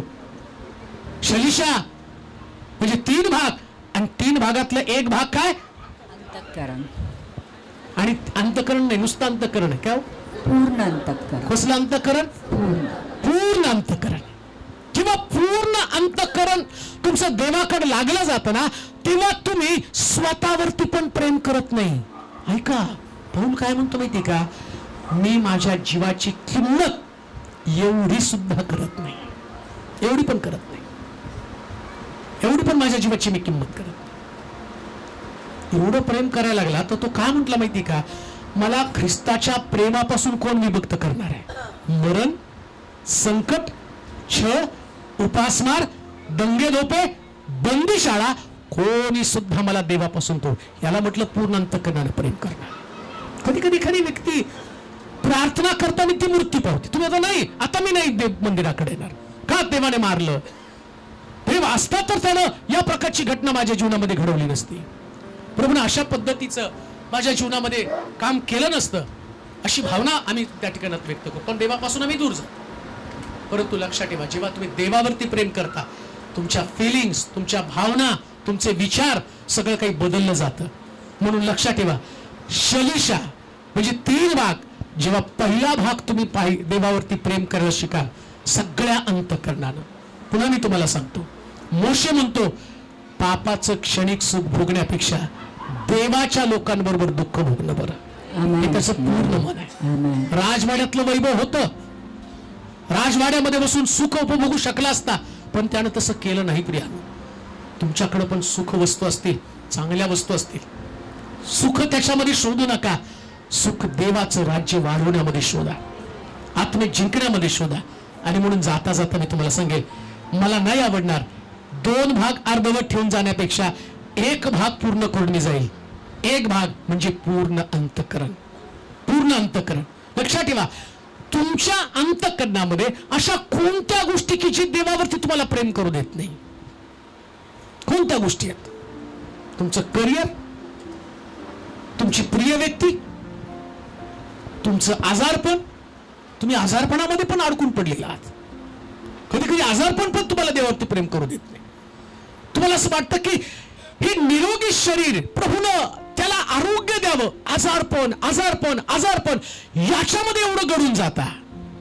परंतु शास्त्रामध्ये असं लिहिलं, ऐका बरं का मी काय तुम्हाला, आजार देवाच्या गौरवासाठी आहे. काय देवाचं गौरव माहिती का? एवढं तुम्ही आजारी असताना सुद्धा प्रभूची सेवा करता, हे खरं देवाचं गौरव आहे. हे देवाचं गौरव आहे बरं का. आजार देवाच्या गौरवासाठी काय म्हणजे लोक तुम्हाला पाहतील, प्रभू येशू ख्रिस्त क्रूसावरती आहे, त्याचं शरीर रक्तानं भरलेलं आहे, डोक्यामध्ये काट्यांचा मुकुट आहे, पाठीवरती फटकेत, लोक तोंडावरती थुंकत आहे. मी देवाचं गौरव तुम्हाला सांगत आहे. हे तुमचं अंतःकरण कसं असलं पाहिजे त्याच्या संबंधाने सांगत आहे. इकडे येशूच्या तोंडावरती लोक थुंकले, त्याला त्याची दाढीची केस उपटले, सगळं काय केलं आणि त्याला क्रूसावरती लटकवलंय. आता त्याचं मिशन त्याचं मिशन त्याच्या डोळ्यासमोर. काय मिशन आहे? एकच, हे बाप्पा यांना क्षमा कर. हे त्याचं मिशन आहे, हे मिशन आहे, हे विजन आहे त्याचं. त्याला माहितीये आतापर्यंत देवानं शासन केलं, जगावरती क्रोध पाठवला, अख्खं जग पाण्यानं बुडवून टाकलं. सदोम गोमोरा तिथल्या लोकांचं पाप देवापर्यंत ओरड करत गेलं आणि त्या जगाचा नाश, त्या काळातल्या लोकांचा नाश, सदोम गोमोराचा नाश अग्नी आणि गंधकानं केला. मिस्रातनं इस्रायल लोक निघाले, वाटेमध्ये अग्नीनं आता आगेसाप आणि मरीने लोक मरून गेले. तो म्हणतो कोणी वाचलं नाही. एकदा देवानं जर क्षमा केली तर जग वाचेल, म्हणून त्याचं अंतःकरण एकाच गोष्टीसाठी तयार होतं, बापा न्याय करू नको, यांना क्षमा कर, यांना क्षमा कर. लक्षात ठेवा, हे असलं अंतःकरण घेऊन तुम्हाला जगायचंय. देवाचे प्रिय लोक, मला माहिती आहे तुमच्या चेहऱ्यावरती पाहिल्यावर मला कळतं अजूनही तुम्ही बऱ्याच वेळ बसू शकता, परंतु एक गोष्ट मात्र निश्चित आहे, जाता जाता काही केलं नाही तरी चालेल, पण अंतःकरण नीट करून जा. जगाला तुमच्या स्वच्छ अंतःकरणाची गरज आहे, मंडळीला तुमच्या स्वच्छ अंतःकरणाची गरज आहे, तुमच्या परिवाराला तुमच्या स्वच्छ अंतःकरणाची गरज आहे. आणि जेव्हा तुम्ही असं कराल तेव्हा राजपदाची एक पायरी तुम्ही ओलांडाल, राजपदाची एक पायरी तुम्ही ओलांडाल. जर तुम्हाला असं वाटलं परत राजपदाच्या पायऱ्या तुम्हाला समजाव्यात आणि परत कधी जर आपण एकत्र आलो आणि तुमच्या डोक्यात जर आलं तर आपण पुन्हा त्यातनं शिकूया. पण एक गोष्ट मात्र निश्चित आहे, शास्त्रातलं सगळ्यात महत्वाचा गाभा जर आज काय असेल तर तुमचं अंतःकरण नीट करणं. बाकी काही नाही बरं का. फक्त बायबलमध्ये एकच वचन सांगितलं, तू पूर्ण अंतःकरणानं, पूर्ण जीवानं आणि पूर्ण शक्तीनं. नाही शक्तीचं सांगितलं तर अजून आपल्याला 2 तास लागतील, परंतु एक गोष्ट ध्यानात ठेवा, पूर्ण अंतःकरणानं जरी प्रीती करता आला तर करा. का? जेव्हा तुमचं अंतःकरण तुम्ही नीट करता तेव्हा देव राजपदासाठी तुम्हाला कॉलिंग करत असतो. आपले डोळे बंद करू, आपल्या जागेवरती आपण राहूया, आपले मस्तक आपण लावूया, आपल्या मान आपण झुकूया. प्रभूचं वचन आपल्याकडे आलेलं आहे, कोणीच इकडे तिकडे पाहू नका. सर्वजण आपले डोळे बंद करतील, सर्वजण. किती सुंदर आहे देवाचं वचन, किती छान आहे प्रभूचं वचन. मधाच्या गोडीपेक्षा देवाचं वचन गोड आहे. आज रात्री तुम्हाला वाटतं का राजपदासाठी माझी पावलं पुढे निघावीत? राजपदासाठी डोळे बंद करा, हात उंच करा, हात उंच करा. आणि आता सर खरंच देवाचं वचन आतल्या माणसानं ऐकलं असेल, आतल्या माणसाचा रिस्पॉन्स यायला पाहिजे, आतल्या माणसानं काहीतरी बोललं पाहिजे. जेव्हा आतला मनुष्य जागा होतो तेव्हा शरीर कार्य करू लागतं. प्रभू हाक मारा, देवाला म्हणा, प्रभू मी अंतःकरणापासून तुझ्यावर प्रीती करायला तयार आहे, अंतःकरणापासून तुला धन्यवाद द्यायला तयार आहे. कोण कबुली देईल? कोण म्हणेल प्रभू माझं हृदय स्वच्छ कर? कोण म्हणेल आज मी माझ्या मनापासून अंतःकरणापासून तुझ्यावरती प्रीती करतो? कोण म्हणणार? कोण म्हणणार? आपले शब्द मोठे करा, आपला आवाज देवापर्यंत जाऊ, देवाशी बोला. पवित्र आत्म्याला निमंत्रण द्या, पवित्र आत्म्याला म्हणा, हे पवित्र आत्मा मला राजा बनायचंय, मला साधारण जीवन जगायचं नाही, उच्च पातळीवरचं जीवन जगायचं. हा